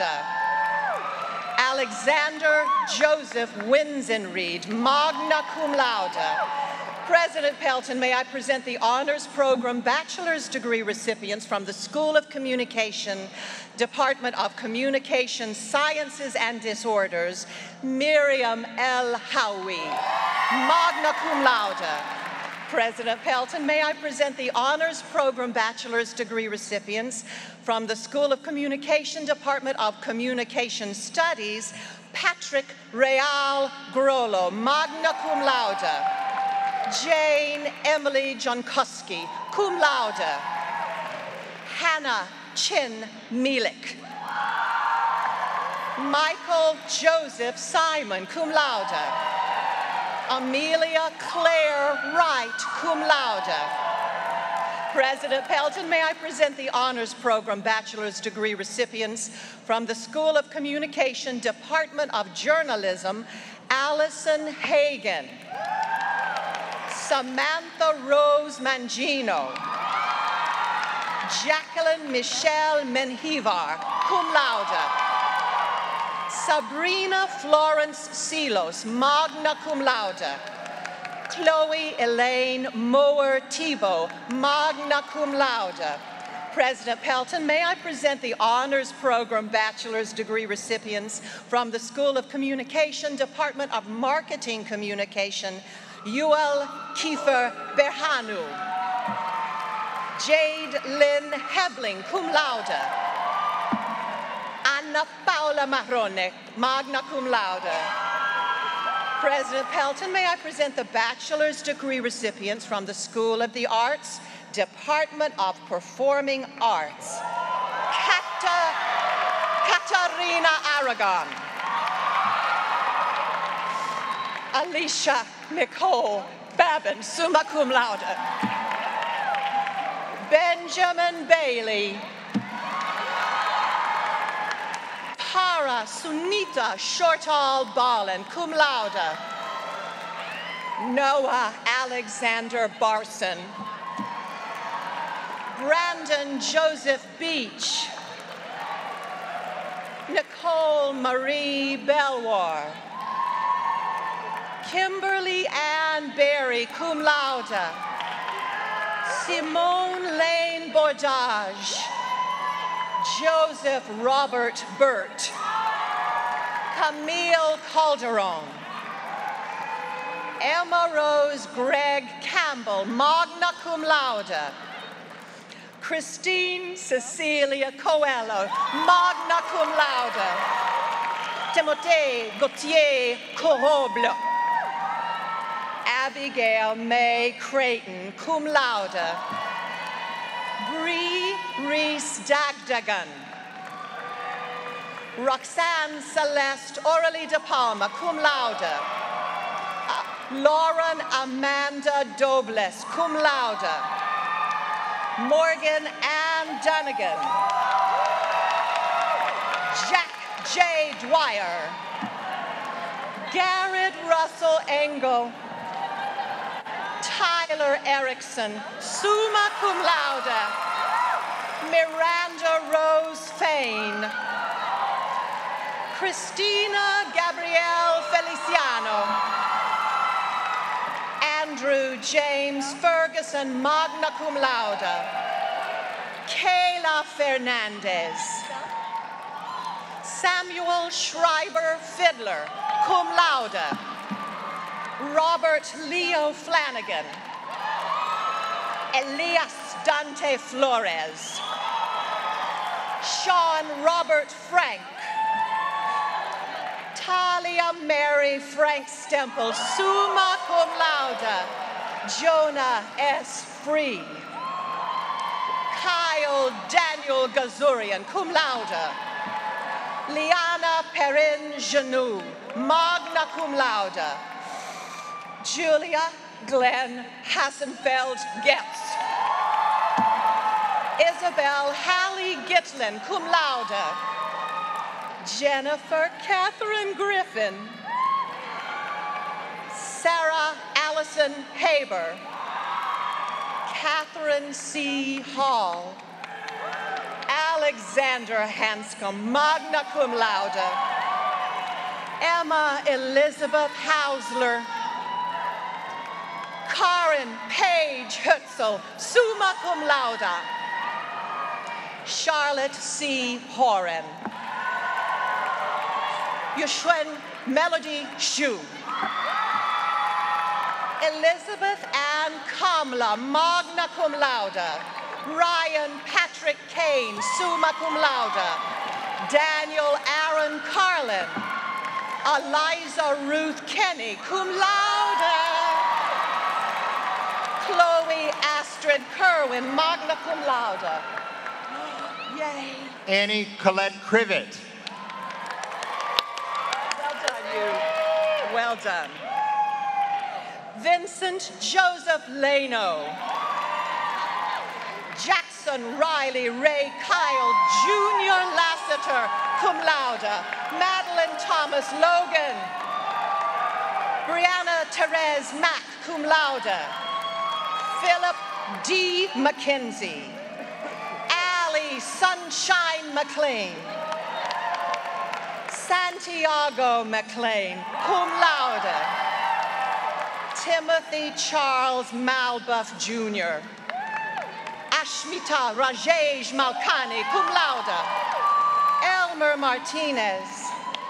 Colin Michael McCarthy, summa cum laude. Malachi E. McDonald. Luke Martin McDonough, cum laude. Hannah McEachran, cum laude. Theodora Alexandra McCrae. Jonathan Philip Melchior. Mia Christine Miller. Madeline Heath Modderhack, magna cum laude. Carly Erin Nahan. Logan Richard Nelson, cum laude. Emma Pearl Nygut, magna cum laude. Jack Walker Nixon. Sabrina Ortiz. Caleb Gorham Palmer. Michaela Isabel Doris Perez. Joanna Carolina Perez. Megan Mary Primavera. Hannah E. Rife, summa cum laude. Nina Lucia Rodriguez, summa cum laude. Max Emery Rose, summa cum laude. Mia Baum Rosenfeld, cum laude. Michaela Marie Rubenfeld. Sarah Danielle Sargent, magna cum laude. Joshua Brian Schusler. Catherine Calloway Shaver, magna cum laude. Thomas Simpson. Maya Emlyn Delaney Singer, cum laude. Samuel Henry Colby Swaggart. Christopher Brandon Street. What's your name, darling? Are you Samuel? Samuel Henry Colby Swaggart. Brandon Christopher Street. Levante Tar. Michael Xavier Vagley. Allie Isabel Weber, magna cum laude. Madeline Weinstein Avery. Hope Riley Weinstock, cum laude. Reagan Elizabeth White. Ashley T. Young.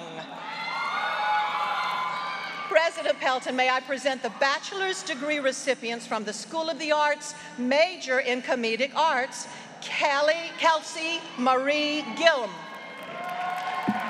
Jacob Max Haddock. Matthew Wells Truesdale. Molly Claire Zalman.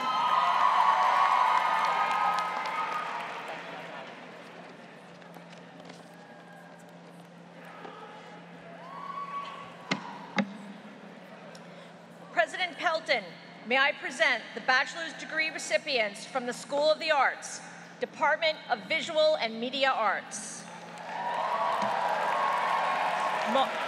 Mohammed Ali Abu Nuar. Maria Paula Aceves. Kira Jade Adams, cum laude. Karim Tamar Adel. Oluwusin Deborah Afalan. Alice Eroldi, magna cum laude. Hope Alexander. Afsara Alvi. Catherine Amaroji. Elizabeth Rose Amoroso. Kathleen Kim Redway Anderson. Villesa Alejandra Anthony Moreno, cum laude. Kizzy Enevi Upante. Noah Finn Arnold. Chantal Madonna Arslan. Bianca Timoteo Asaf. Matthew Richard Obashan. Austin D. Bailey.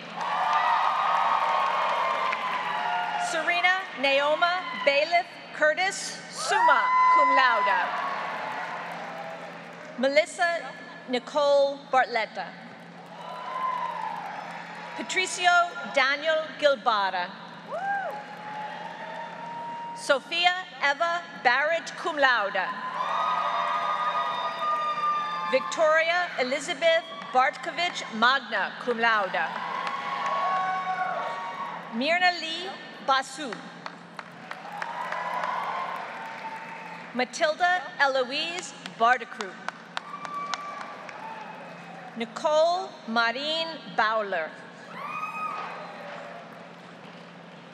Gianna Francesca Bellomo. Haley Rose Berryman. Trishan Bahita, cum laude. Ethan Billing, cum laude. Magdalena Grace Bowen. Charlie Stephanie Boyle. Anthony Michael Braddock. Benjamin Bradley Gilbert. Emma Rose Brady. Caitlin Elizabeth Brady. Max Parker Brandenburg. Jacob K. Bridgman, cum laude. Lauren Tyler Brimera. Kyle Charles Brooks. Jake Thomas Broom. Aliyah Charisse Brown. Jared Thomas Brush. Nicholas Brunzick. Jacqueline B. Burke, magna cum laude. Emily Burns. Sandra Karina Bustamante. Will Canalizo. Evan Carson. Paolo Constantino Sensi. Alec Henry Cerruti. Gemma Lee Chow, cum laude. Justin Matthew Chapman, cum laude. Yuhao Cheng. Benjamin Chur. Giovanni Dominic Chisa. Sydney Ray Chin. Drew Ian Chura. Zachary Scott Chernesky. Abraham Taval Clark. Jack Cohen. Joshua David Cole. Bailey Nicole Collins. Martin Quincy Collins. Stephen William Collins, cum laude. Cameron Lewis Cook. Lisa Lott Elizabeth Crampton. Jordan Tyler Crawford. Laura Ann Kreskel. Hayden Gustav Crocker, cum laude. Megan Christina Cullinan. Noelle Lawrenson Davis. Theo Dominique Del Palma. Natalie Rose DeCiccio. Benjamin Jeffrey Degler, sorry. Jeremy Ray Delgadillo. James Morgan Damena. Bree Denbo, cum laude. William Paul DePena. Jonathan Zachary Derry. Rachel Lynn DeSantis. Mariella Danes Tofani. Olivia Dickinson, magna cum laude. Calvin Wayne DeLibrio, magna cum laude. Patrick Riley Donegan. Max Alexander Doyen. Emilia May Doyon. Jared Robert Dubois. Uluru Grace Duffy.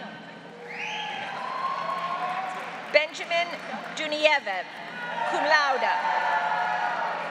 Bristol Caroline Dupree. Hannah Jane Dwyer, cum laude. Isabel Bruner E. Lucas Ehrlichman. Brittany Hannah Eisnor. Charles Enterline. Anthony S. Farrenwald. Zachary Fask. Jack Stewart Federman. Olivia Amelia Trevlador Ferguson, cum laude. Richard Benjamin Filekov. Olivia Flaherty. Tristan Ross Flanagan. Gelmond Fung. Amethyst Albane Juliette Fraziniak. Benjamin Froman. Timothy Julian Gamachi. Haley Rebecca Garcia. Shari Rose Gaines. Daniel Stephen Gaynor. Anya Catherine Garrity. Elise Giantiazzo. Jillian Lee Guanadergo, cum laude. Nathaniel Mark Gibson. Simon Gibson Penrose. Jake Gillette. Joshua Quinn Giroux. Carlos Andres Gomez. Maria Carolina Gonzalez, excuse me. Benjamin David Gordon. Noah Graham. Laura Green. Catherine McBride Greenlease.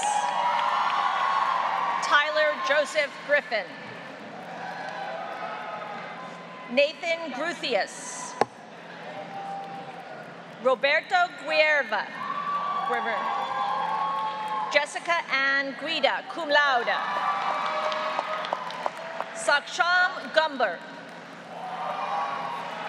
Daniel Gustinsky. Fernando Andreas Gutierrez. Emily Hagopian. Cody Mackenzie Hale. Paige Marie Haley. Cameron Arthur Hallinane, cum laude. Dana Shanahan Hansen, magna, cum laude. Lauren Hart.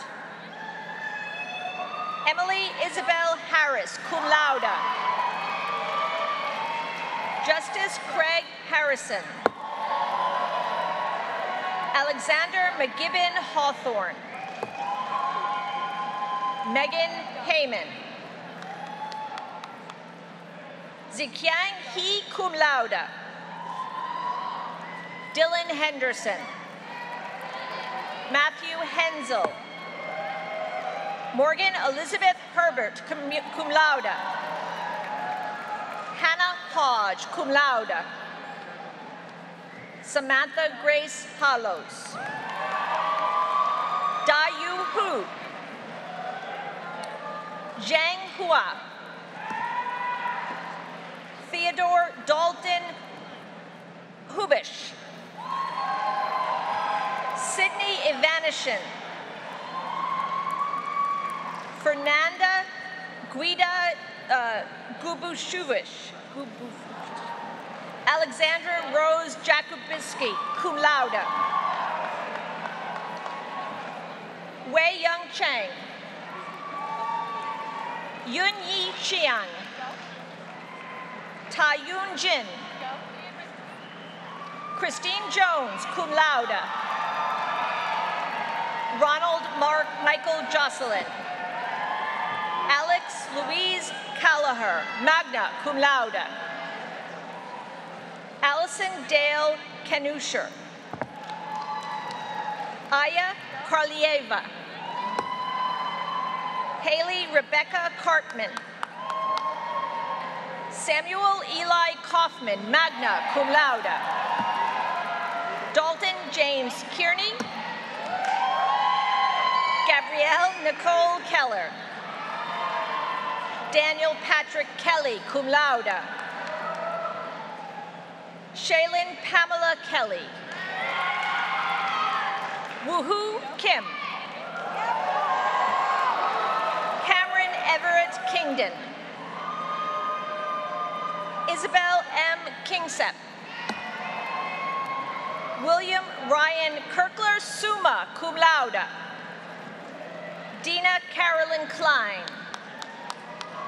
Madeline Kobe. Patrick A. Kochich. Claire Marie Condella. Logan Howard Koverick, summa cum laude. Danielo Andrei Kowal. Daniel James Kowalski, magna cum laude. Rachel Lisa Labonte. Vivian Osu Lau, cum laude.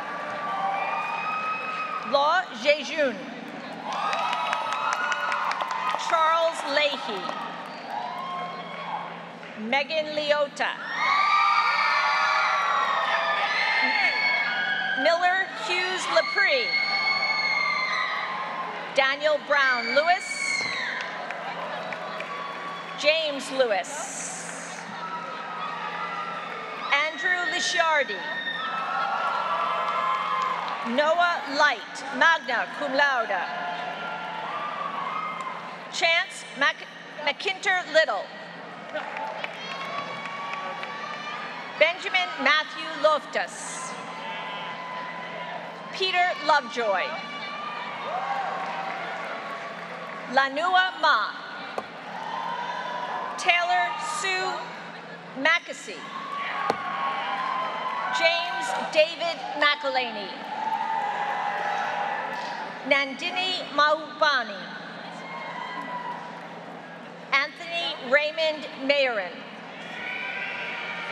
Dakota Jane Mazaloff. Christopher Joseph Malamachi. Sorry. Fatima Malo Torres Treba. Avery Mann, cum laude. Lauren Jude Maresca. Jacob Daniel Mariani, magna cum laude. Lucas Marcoux. Abigail Marta. Samuel Martin, magna cum laude. Anna Karina Masandrea. Alfonso Mateo. Kiani Amadi Jeranina Maynard, cum laude. Marco Mazzarelli. Nicole Jean McCannon. Isabel McCarthy. Amber Aline McLeese. Kayla Michelle McInerney. Michael Charles McGinty. Tyler David Mandelson. Michelle Vanessa Meneses, magna cum laude. Miles Metcalf, cum laude. Harrison Nicholas George Milton. Hamayu Mirza. Jacob Logan Mitchell. Reverend Lawrence Kupono Moniz. Daniel Matthew Moore. Zachary Andrew Moravec. Elizabeth May Moray, magna cum laude. Cameron Michael Morin. Maxwell Morin. Shannon Elizabeth Mullins. Emily Mariana Murphy. John Murphy, magna cum laude. William Donald Murray. Kevin John Musliner. Santaro Muto. Nicholas O'Brien Nukulich. Kyle Satoshi Nakasaka. Hanako Georgia Natar. Isaac Allen Nelson. Jake Nelson. Meredith Nestor. Daniel Joseph Nevins. An Van Gwen. Robert John Nicholas III. Elizabeth Grace Northey. Bethany Emera Owens. Reed Pake. Michael Pepetti. Diana Patino. Allison Pat, excuse me. Andrew Daniel Patnode. Pei Peng. Angel Jashu Perez.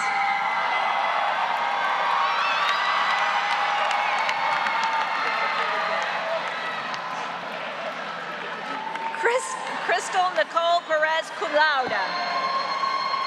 Alyssa Nicole Perkins, cum laude. Noel Perota. Nathaniel Arthur Peterman. Stefano Domenico Patrafesa.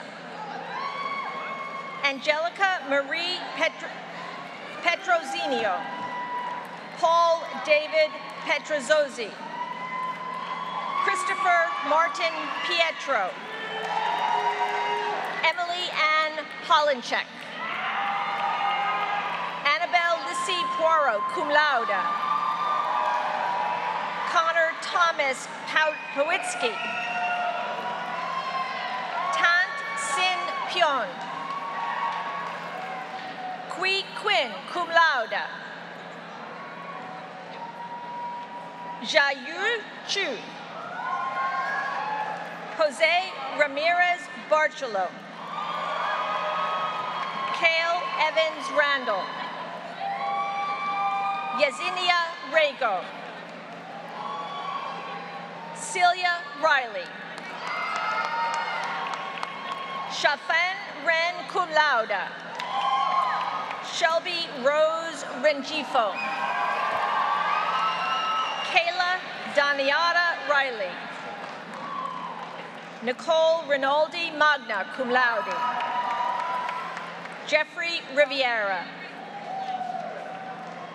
Georgia Viviana Rivera cum laude. No? Michael Roberts. Jordan William Robinson cum laude. Jonathan Barney Rogers. Eric Rosado. Zachary Rovner. Derek Lane Russell magna cum laude. Robert Edmund Sebe. Mohammed Sadiq. Morgan Lynn Sage cum laude. Joseph Salas. Julia Wu Saukonen. Rachel Kathleen Scalera. Haley Sarah Scanlon, magna cum laude. Kyle Richard Scarcelli, summa cum laude. Benjamin Jonah Schnattner, Gordon. Scott Schaefer. Mia Schomburg. Benjamin Schifiano. Brandon Schneider. Kilana Schwartz. Hannah Schwinn. Andrew James Scalafani. Simrin Nipak Sagal. Ashley Rose Sangstaken. Ralph Seppi. Yu Shao. Jenny Ann Shea. Wesley Samuel Shearman, magna cum laude. Ziying Shen. Scarlett Kyle Shiloh. Joseph Siegel. Brian Boyd Simonelli III, magna cum laude. Ruby Judith Simonoff. Tasha Elena Skotnicki, cum laude. Dylan Thomas Skudlarek. Jesse Benjamin Slade-Adona. Darren Michael Smith, summa cum laude. Lauren Smith. Spencer Smith. Nigel So, cum laude. Mateo Solis. Sam Solomon, cum laude. William Gibbs Solomon. Maggie Sperduti Matasivak, magna cum laude. Elizabeth Eleanor Steele. Thomas Caleb Steele, cum laude. Olivia Stein, cum laude. Catherine Elizabeth Steinbauer. Elizabeth Lowe Ray Steinberg. Isabella Stefanos. Jonathan Michael Stern. Tyler Jonathan Summers. Sylvie Sloan Sutton, magna cum laude. Solomon Swirling. Christy Lynn Chesney, summa cum laude. Miriam Tannenbaum. Yuxing Tao. Nikolai Tarnisov. Marshall Tate. John Jeffrey Tavares. Vincent Teppi, magna cum laude. Eric Terracciano. Nicholas Philo McGovern. Tariq Robert Thompson. Daniel Thompson. Philip Colin Tice. Brandon Tialev. Tara Tiernan, cum laude. Julia Teresa Tranfaglia, magna cum laude. Connor Patrick Tracy. Rachel Alexandra Terwinski.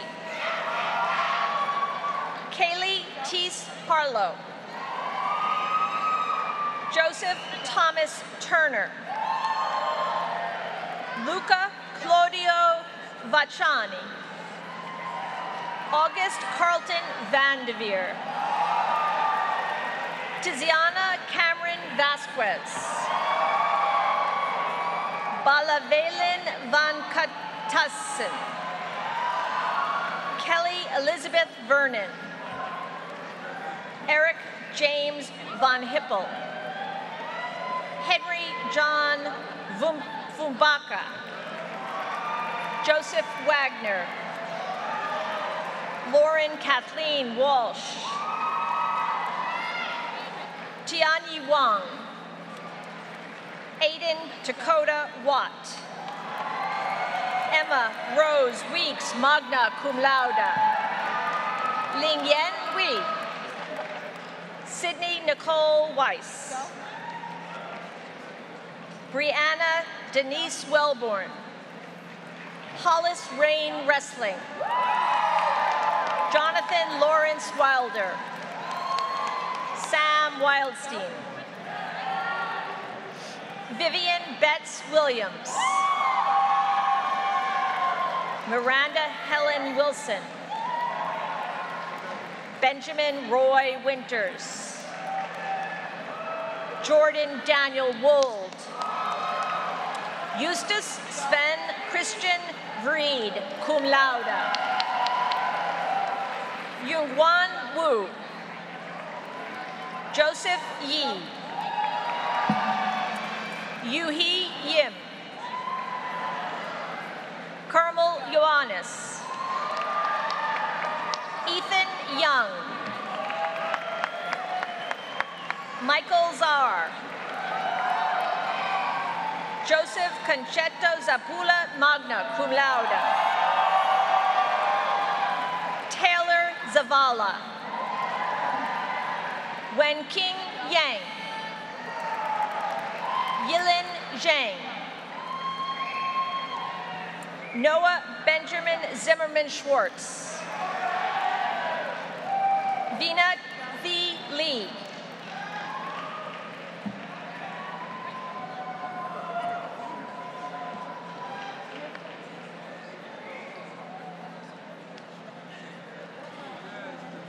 President Pelton, may I present the bachelor's degree recipients from the School of the Arts, Department of Writing, Literature, and Publishing. Shadin Al-Dosari, cum laude. Sarah Lynn Alexander. Vanessa Michelle Allen, summa cum laude. Alexandra Hope Amato. Eliza Kathleen Andrews. Maxine A. Baker. Rachel Magdalene Baltz, summa cum laude. Sarah Barber. Kaylee Elizabeth Bassel, cum laude. Chad Stephen Bauer. William Scott Bayman. Allison K. Bellarosa, magna cum laude. Bella M. Bennett, magna cum laude. Callie Lee Bissett. Gwendolyn Rebecca Black Graham. Thomas F. Brennan. Devin Christian Broking Knowlton, magna cum laude. Anastasia Tess Monet Brown. Kristen Ann Bruck. Lucia Isabella Capello, cum laude. Kayla Marie Carconi. Isabella M. Cartulero. Brady E. Cashman. Jenna Coleman, cum laude. Nicole B. Cooper. Kelsey Souza Costa, cum laude. Sarah K. Crocco. Delia T. Curtis, magna cum laude. Morgan Elizabeth Davies. Maxine Esta de la Husse. Leah Antoinette Dessa, cum laude. Zoe Kohler Eaton. McKinley G. Ebert. Melinda Kende Fakwade. Anna Pearl P. Feldman. Emma L. Goodwin, summa cum laude. Emma Catherine Grant. Olivia Jillian Hanscom.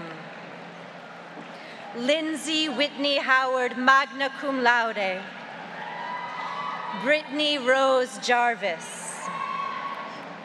Rebecca Louise Johnson, magna cum laude. Oliver Dean Kaplowitz. Sydney Kelly. Nicole Christine Lawrence, magna cum laude. Alexis Nicole Leda, magna cum laude. Sophie Camelia Lippitz. Nicole Luca. Abriana McGregor. William Mancini, magna cum laude. Gabriela Sostre Mancuso. Abigail Marie McAuliffe, summa cum laude. Tara Elizabeth McDonough. Teresa Rose Mealy. Jessica Christine Morris, magna cum laude. Julie Levin Moskowitz. Sarah Elizabeth Nagy. Jennifer Marie Patton. Alan Perez, summa cum laude. Julia Marilyn Perry, cum laude. Noreen Plabutong, magna cum laude. Jocelyn Marie Ponce, cum laude. Michaela Divine Pryor, magna cum laude. Megan Ashley Rabel, cum laude. James Wesley Randall. Colleen Ann Risavi, magna cum laude. Laura F. Rogers. Kennedy Lorraine Saristo. Milan A. Sachs. Rachel Tyler Celine. Basenta Samba Morti, magna cum laude. Rebecca Dallas Scarborough, cum laude. Emily Rose Sherney, summa cum laude. Catherine Irene Schmidt, magna cum laude. Erin Elaine Sherry, magna cum laude. Lindsay Alexis Simmons. Margot Lynn Sipel, cum laude. Samantha Lee Sersky. Jonathan Matthew Smith, cum laude. Patrick Gordon Swanson. Joey Teodosio. Bradley Michael Trumpfeller, summa cum laude. Sophia Isabel Tayenko Oy, cum laude. Sebastian Joseph Vericella. Bridget Ann Walsh, cum laude. Ryan Robert Whitesell. Jacqueline Caroline Withers. Noah Daniel Wood, cum laude. Jani Yazon, magna cum laude. Danielle Nicole Zarakowitz. President Pelton, may I present the bachelor's degree recipients from the Institute for Liberal Arts and Interdisciplinary Studies, Zoe Rebecca Alexiadis, cum laude. Natalie Marie Brady. Grace Ann M. Burns. Estelle Terry Iserloh. Christian A. Gibbons, magna cum laude. Zachary William Grimshaw. Erin Jean Hussey. Nicholas Kyle Lambrakis. Ian Mand, cum laude. Joseph Gregory Miranda. Caitlin Alexandra Nash. Zoe Berenson Spielman. Erin R. Swager.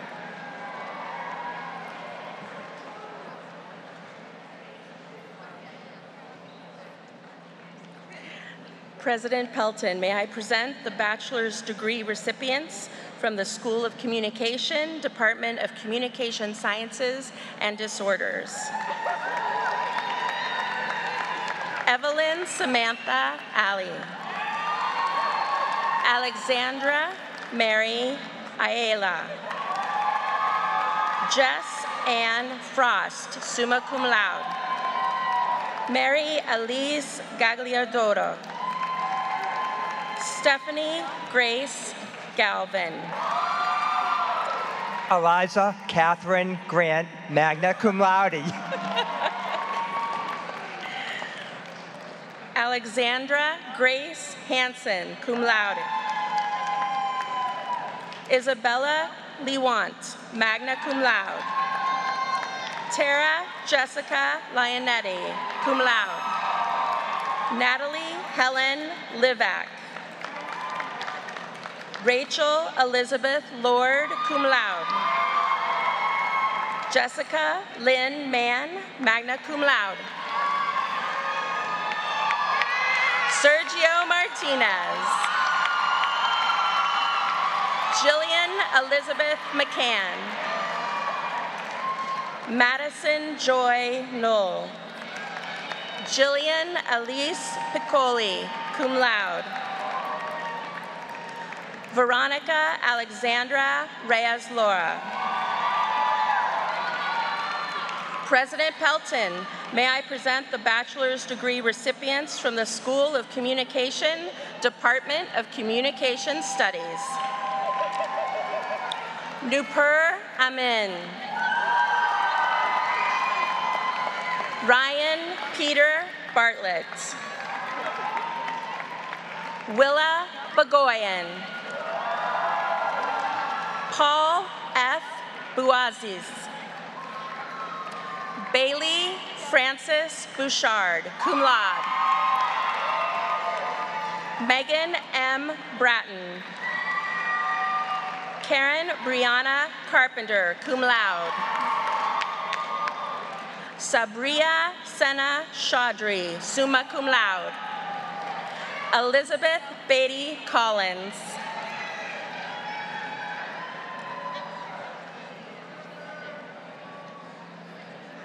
Victoria Leticia Deck, cum laude. Sean Powers Doherty. Derek Eng Wu. Alexis Fernander. Zushen Fu. Cassandra Ray Geckel. Elena Ghosh. Lindsay Paula Golden. Sarah Eliza Griffin. Kelly Morgan Guerrera. Gemma Marie Garazi, magna cum laude.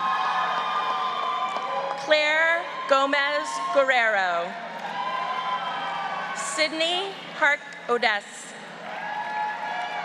George Carlo Havanias. Isabel J. Holloway, cum laude. Shuachen Hu, magna cum laude. Peyton Nkalingo. Peter Emerson Jones. James D. Klein. Aaron Jamie Krasinski, magna cum laude. Julia Carol Linger. Jennifer Litchfield. Paige Elaine Lopez. Timothy Manella. Allison P. Mitchell, magna cum laude. Cole Robert Moots, cum laude. May Harrington O'Neill, summa cum laude. Benjamin Walter Paco, summa cum laude. Sela Pomeranitz, cum laude. Courtney Ann Quinlan, magna cum laude. Emily Quinn, cum laude. Madeline Rameli, cum laude. Vivian Reben. Conrad Mack Session. Megan Tobin Schaefer, magna cum laude. Frida Alexandra Sternbach Rostroper. Ashley V. Urena, cum laude. Elise Marie Van Haven. Christine Elizabeth Bapspa. Rose Warren. Connor Wolf, magna cum laude. Jennifer Yumi Wood.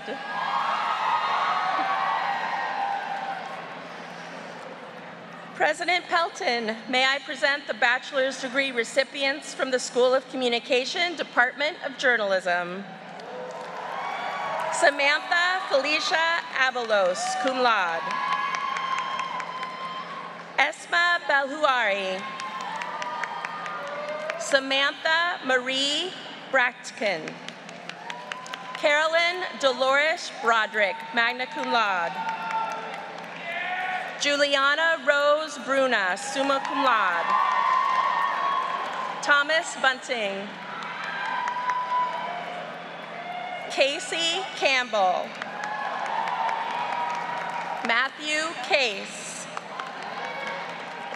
Yuting Chen. Max Rosemarin Cohen. Catherine Teresa Connolly. Matthew Paul Couture, summa cum laude. Erin Kathleen Crowley. Jacob Aiden Cutler.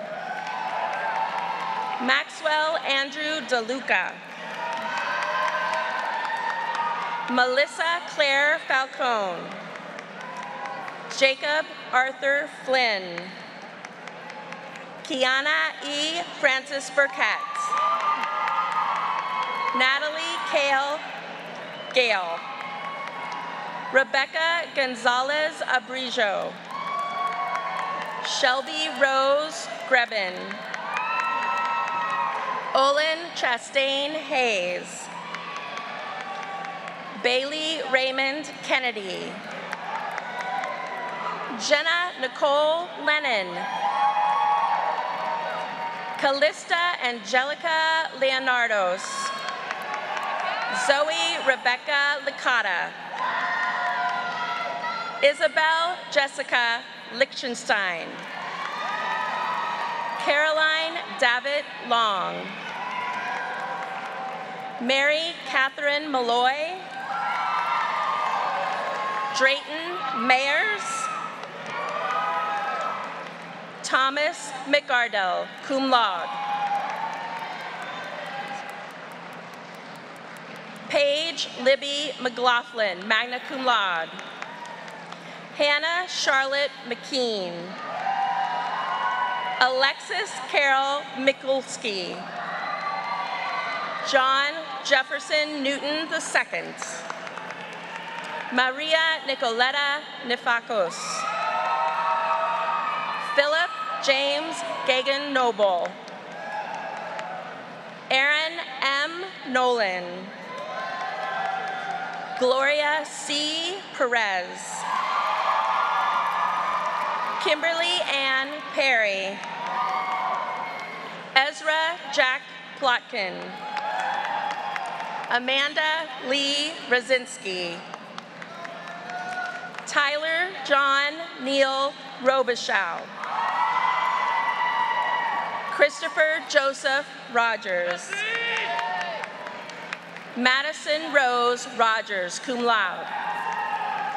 Nathan Clayton Rollins, magna cum laude. Nicole Elizabeth Ryan, summa cum laude. Medina Elich Shahi, magna cum laude. Jonas Alexander Spencer. Neil Ryan Sweeney. Chelsea Ann Swift. Emily N. Tanaka. Ruby Judith Brandel Vishnik. Kimberly Wilborn, magna cum laude. Maxwell Harris Wildston. Stephanie Lois Wittenbach. Malcolm Zelaya. Wiming Zhao. Alejandra Zimmerman, cum laude. Sydney Zuckerman, cum laude. Sage Alexandra Willis.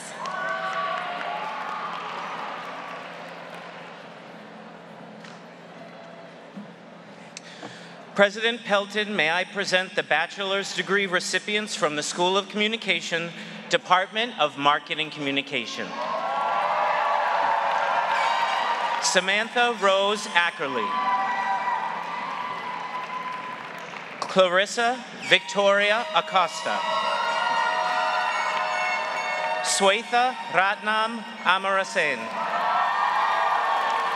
Rolando Antonio Mercado Endaya IV. Rebecca Millie Bass, summa cum laude. Daniel Beals. Julian Ross Bernstein. Moira Kathleen Brennan. Cindy Bowie. Lauren N. Caruso.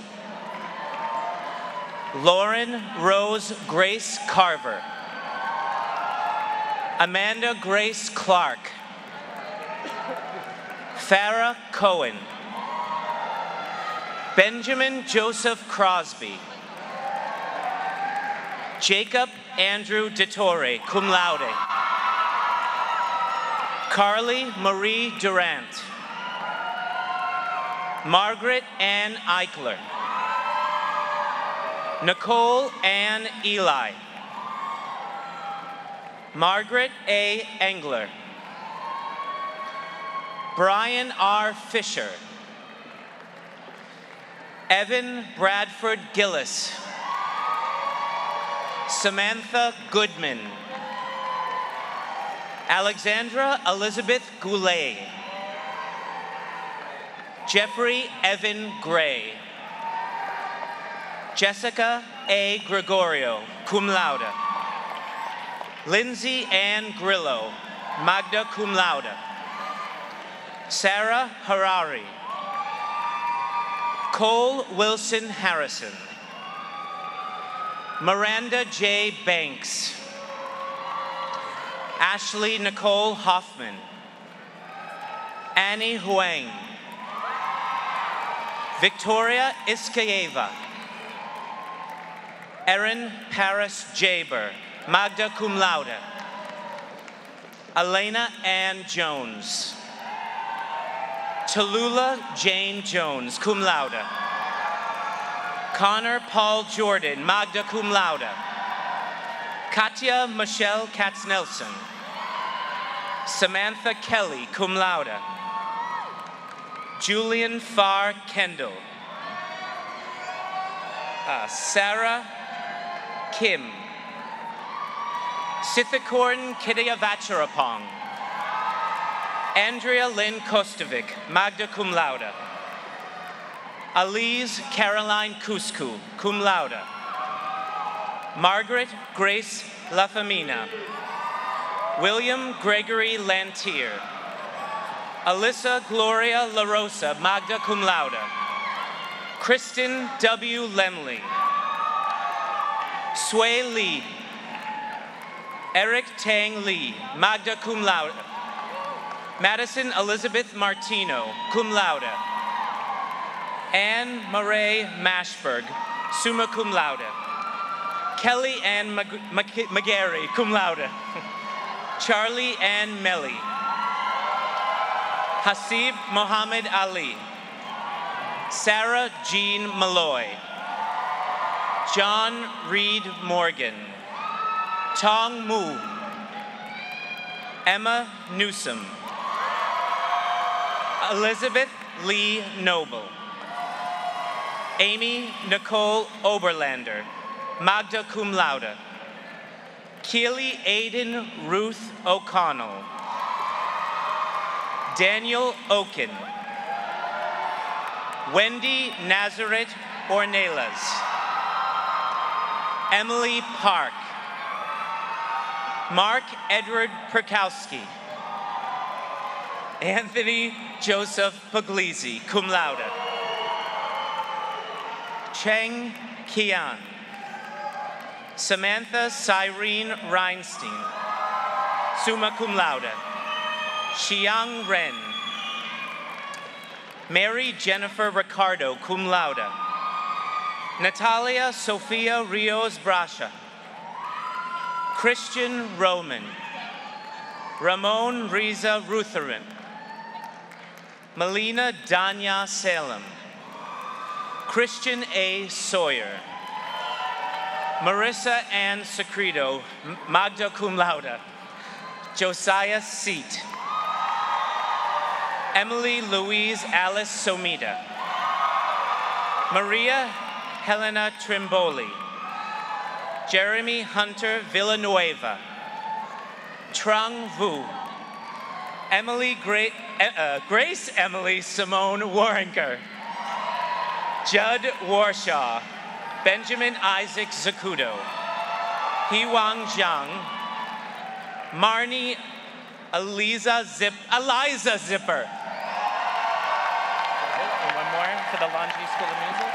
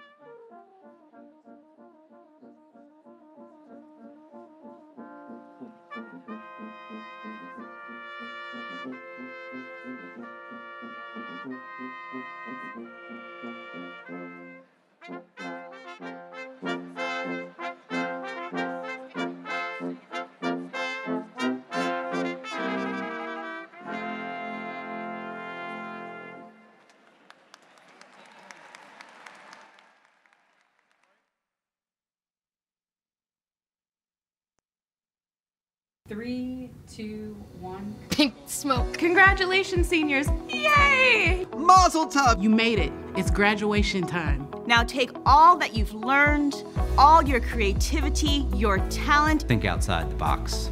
There's a big world out there, and wherever your path takes you, be open to all opportunities afterward. What an exciting day this is for you. You did it. The real hustle begins now. It's amazing what you can accomplish when you have the right people around you. Congratulations. Congratulations to you, the newest graduates of Emerson College. Congratulations to the class of 2019 from the class of 1975. Can't believe we've gone that far now. You were literally zygotes when I went to Emerson College.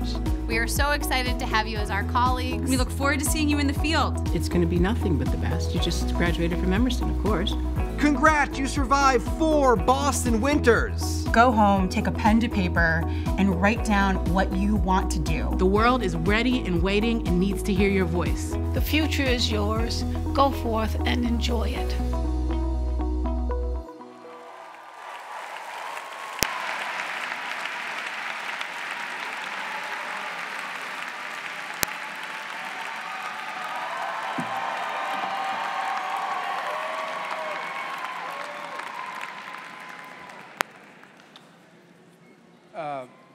Happy Mother's Day, by the way.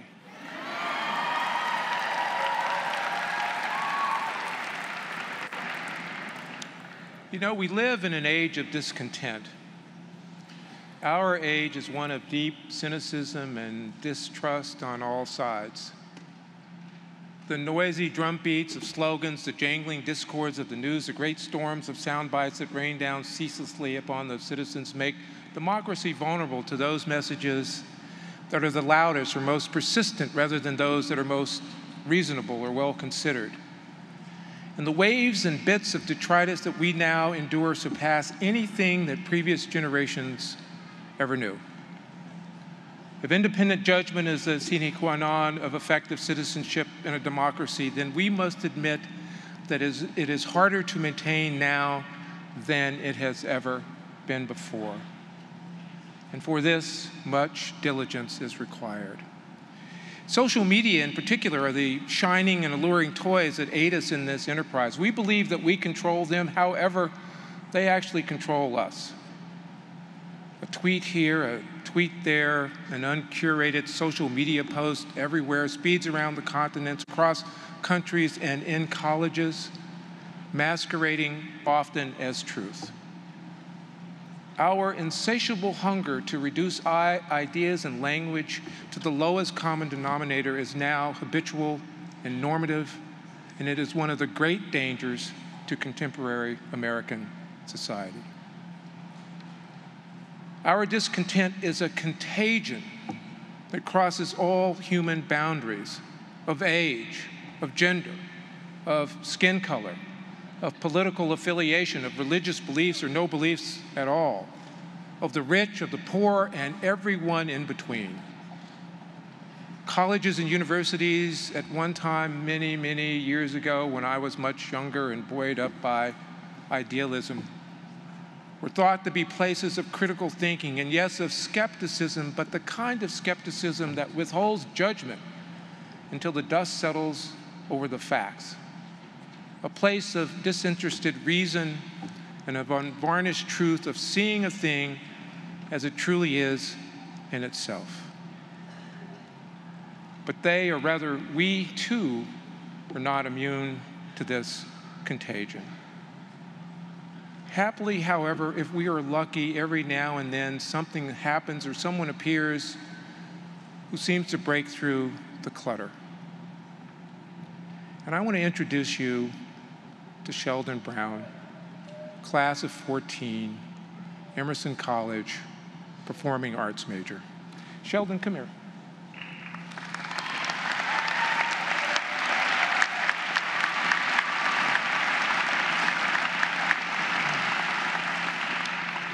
More than a year ago, Sheldon found himself in the wrong place at the wrong time, a moment that changed the course of his life. Others would have given up. Not Sheldon. He kept going. Others would have said, I can't. Sheldon said, I can. As a Chicago newspaper reported, on a late Saturday night, Sheldon was celebrating a friend's birthday over midnight chocolate chip cookies in the city. And on his way home, a stranger, someone not known to Sheldon, opened random fire, a bullet piercing his left buttock, tearing through his abdomen, fracturing one of his right pelvic bones, and finally lodging in his hip. As he woke in a hospital bed several hours later, he wondered how he would continue to work as an actor after everything his body had been through. And after a month in the hospital, followed by at-home care nursing, he slowly learned to walk again. He wore life-saving bags on his body to divert waste while he healed. 4 months after the shooting, he ended up back in the hospital with a blood infection and lost another 15 pounds. He said, if I was made to stay here on this planet, then there's some work I've got to do. Someone shot me, and he looked just like me. And I don't want to be the person that is living my life through vengeance, trying to say that there is a human being out there who is not a human being. Living in this world as a black man, it's dangerous, he said, because you're constantly living in a state of uncertainty. I want to be able to allow people to see us and see us as human beings and hear us and hear our voices. And that is the work that I want to do, and that is the work I've been blessed to do. Put another way, he said that he's more concerned about the circumstances that push someone to disregard human life than an arrest. I'm telling you, it takes a big, brave, and sympathetic heart to have said those words, to see the other, despite what had happened to him, as a human. No doubt horribly flawed or even deformed, but as a human. He said to be able to walk outside and say, this is who I am and this is my body, that's a beautiful thing. To walk out into the world as you are and say, here I am. I can't live in a state where people are making me feel like I don't belong. Of course I belong, because I was shot and I'm alive. 7 months later, after major surgery and rehabilitation, piles of bills and 35 pounds lost and regained, Sheldon recovered enough to leave his crutches behind and to travel to Los Angeles for the first time. He acted in a film in New York. He appeared in a storefront theater production and booked a leading role in This Bitter Earth at a local Chicago theater.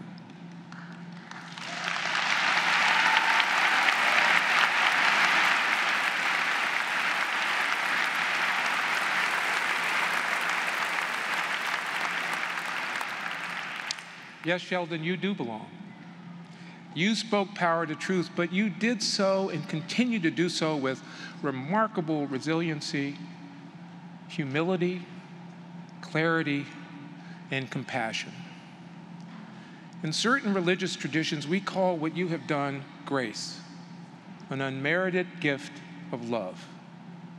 You are a hero in our very prickly age, in which heroes like you seem to be in very short supply. As part of our commitment to our enduring values, Emerson established a President's Award 5 years ago to recognize leaders in our community and around the world whose actions have made a positive impact on society. And this award is given to individuals whose creative courage advances social justice, whose selfless action betters the lives of others, and whose outstanding leadership advances the common good. Sheldon Brown, class of 14, Emerson College, exemplifies all of these traits and more. Sheldon, you exemplify hope in a human form. Here's what Nelson Mandela, one of my heroes, had to say after his nearly 3-decade imprisonment at Robben Island, shortly before his ascendancy as the president at the very nation that had imprisoned him. He said, in those long and lonely years, my hunger for the freedom of my own people became a hunger for the freedom of all people, white and black. I knew as well as I knew anything that the oppressor must be liberated just as surely as the oppressed. Man who takes away another man's freedom is a prisoner of hatred. He is locked behind the bars of prejudice and narrow-mindedness. The oppressed and the oppressor alike are robbed of their humanity. His was a heroic temper and a nobility that changed the course of history in modern South Africa and beyond. And in him we saw not only hope, but we saw the nobility of hope, a nobility whose expanse is difficult for most of us to apprehend, especially in today's world of discontent. So to the graduating seniors, I want you to remember Sheldon, who is one of us, who is one of you, and I want you to remember what he stood for and why. I want you to let idealism and resiliency and hope, and above all, compassion, to be your guide in life. You put your trust in these and everything else will take care of itself wherever your profession or path in life may lead you. So Sheldon, I want to give you a gift from this class to you on behalf of who you are and what you represent.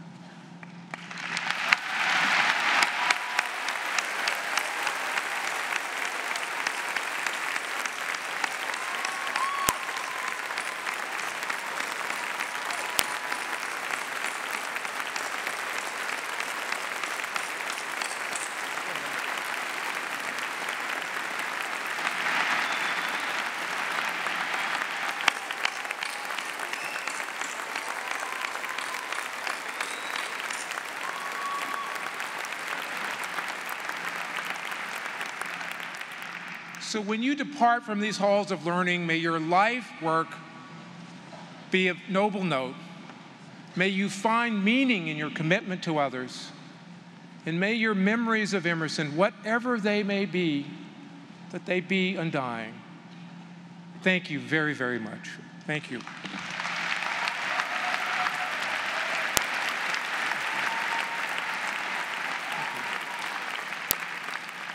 Now, may I ask the audience to rise and join in the singing of the alma mater, and afterwards, please remain standing for the benediction, the closing, and the recessional. Thank you.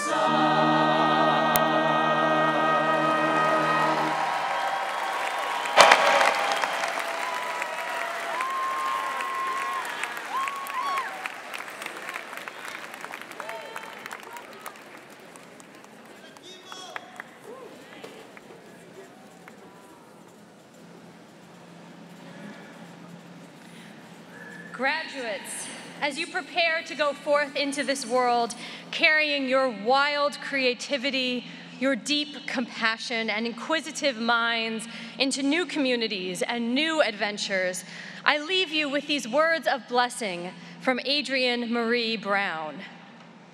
You are a miracle walking, and I greet you with wonder.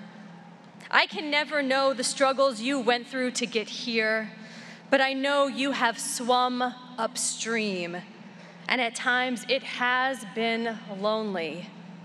I want you to know I honor the choices you made in solitude and honor the work you have done to belong. I honor your commitment to that which is larger than yourself and your journey to love the particular container of life that is you. You are enough. Your work is enough. You are needed. Your work is sacred. You are here, and we are grateful. Just as you graduates have blessed our community during your Emerson journey, so too do we wish unending blessings upon each one of you. May wisdom, strength, and courage accompany you each day that follows, and may you know that you have left this community a stronger, better place because you were in it. Congratulations, and go in peace.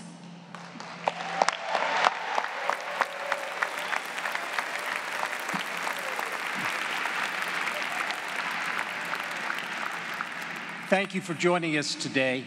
I'd like to invite graduates, family, and friends to a reception immediately following the conclusion of our ceremony today. And congratulations once again to the class of 2019.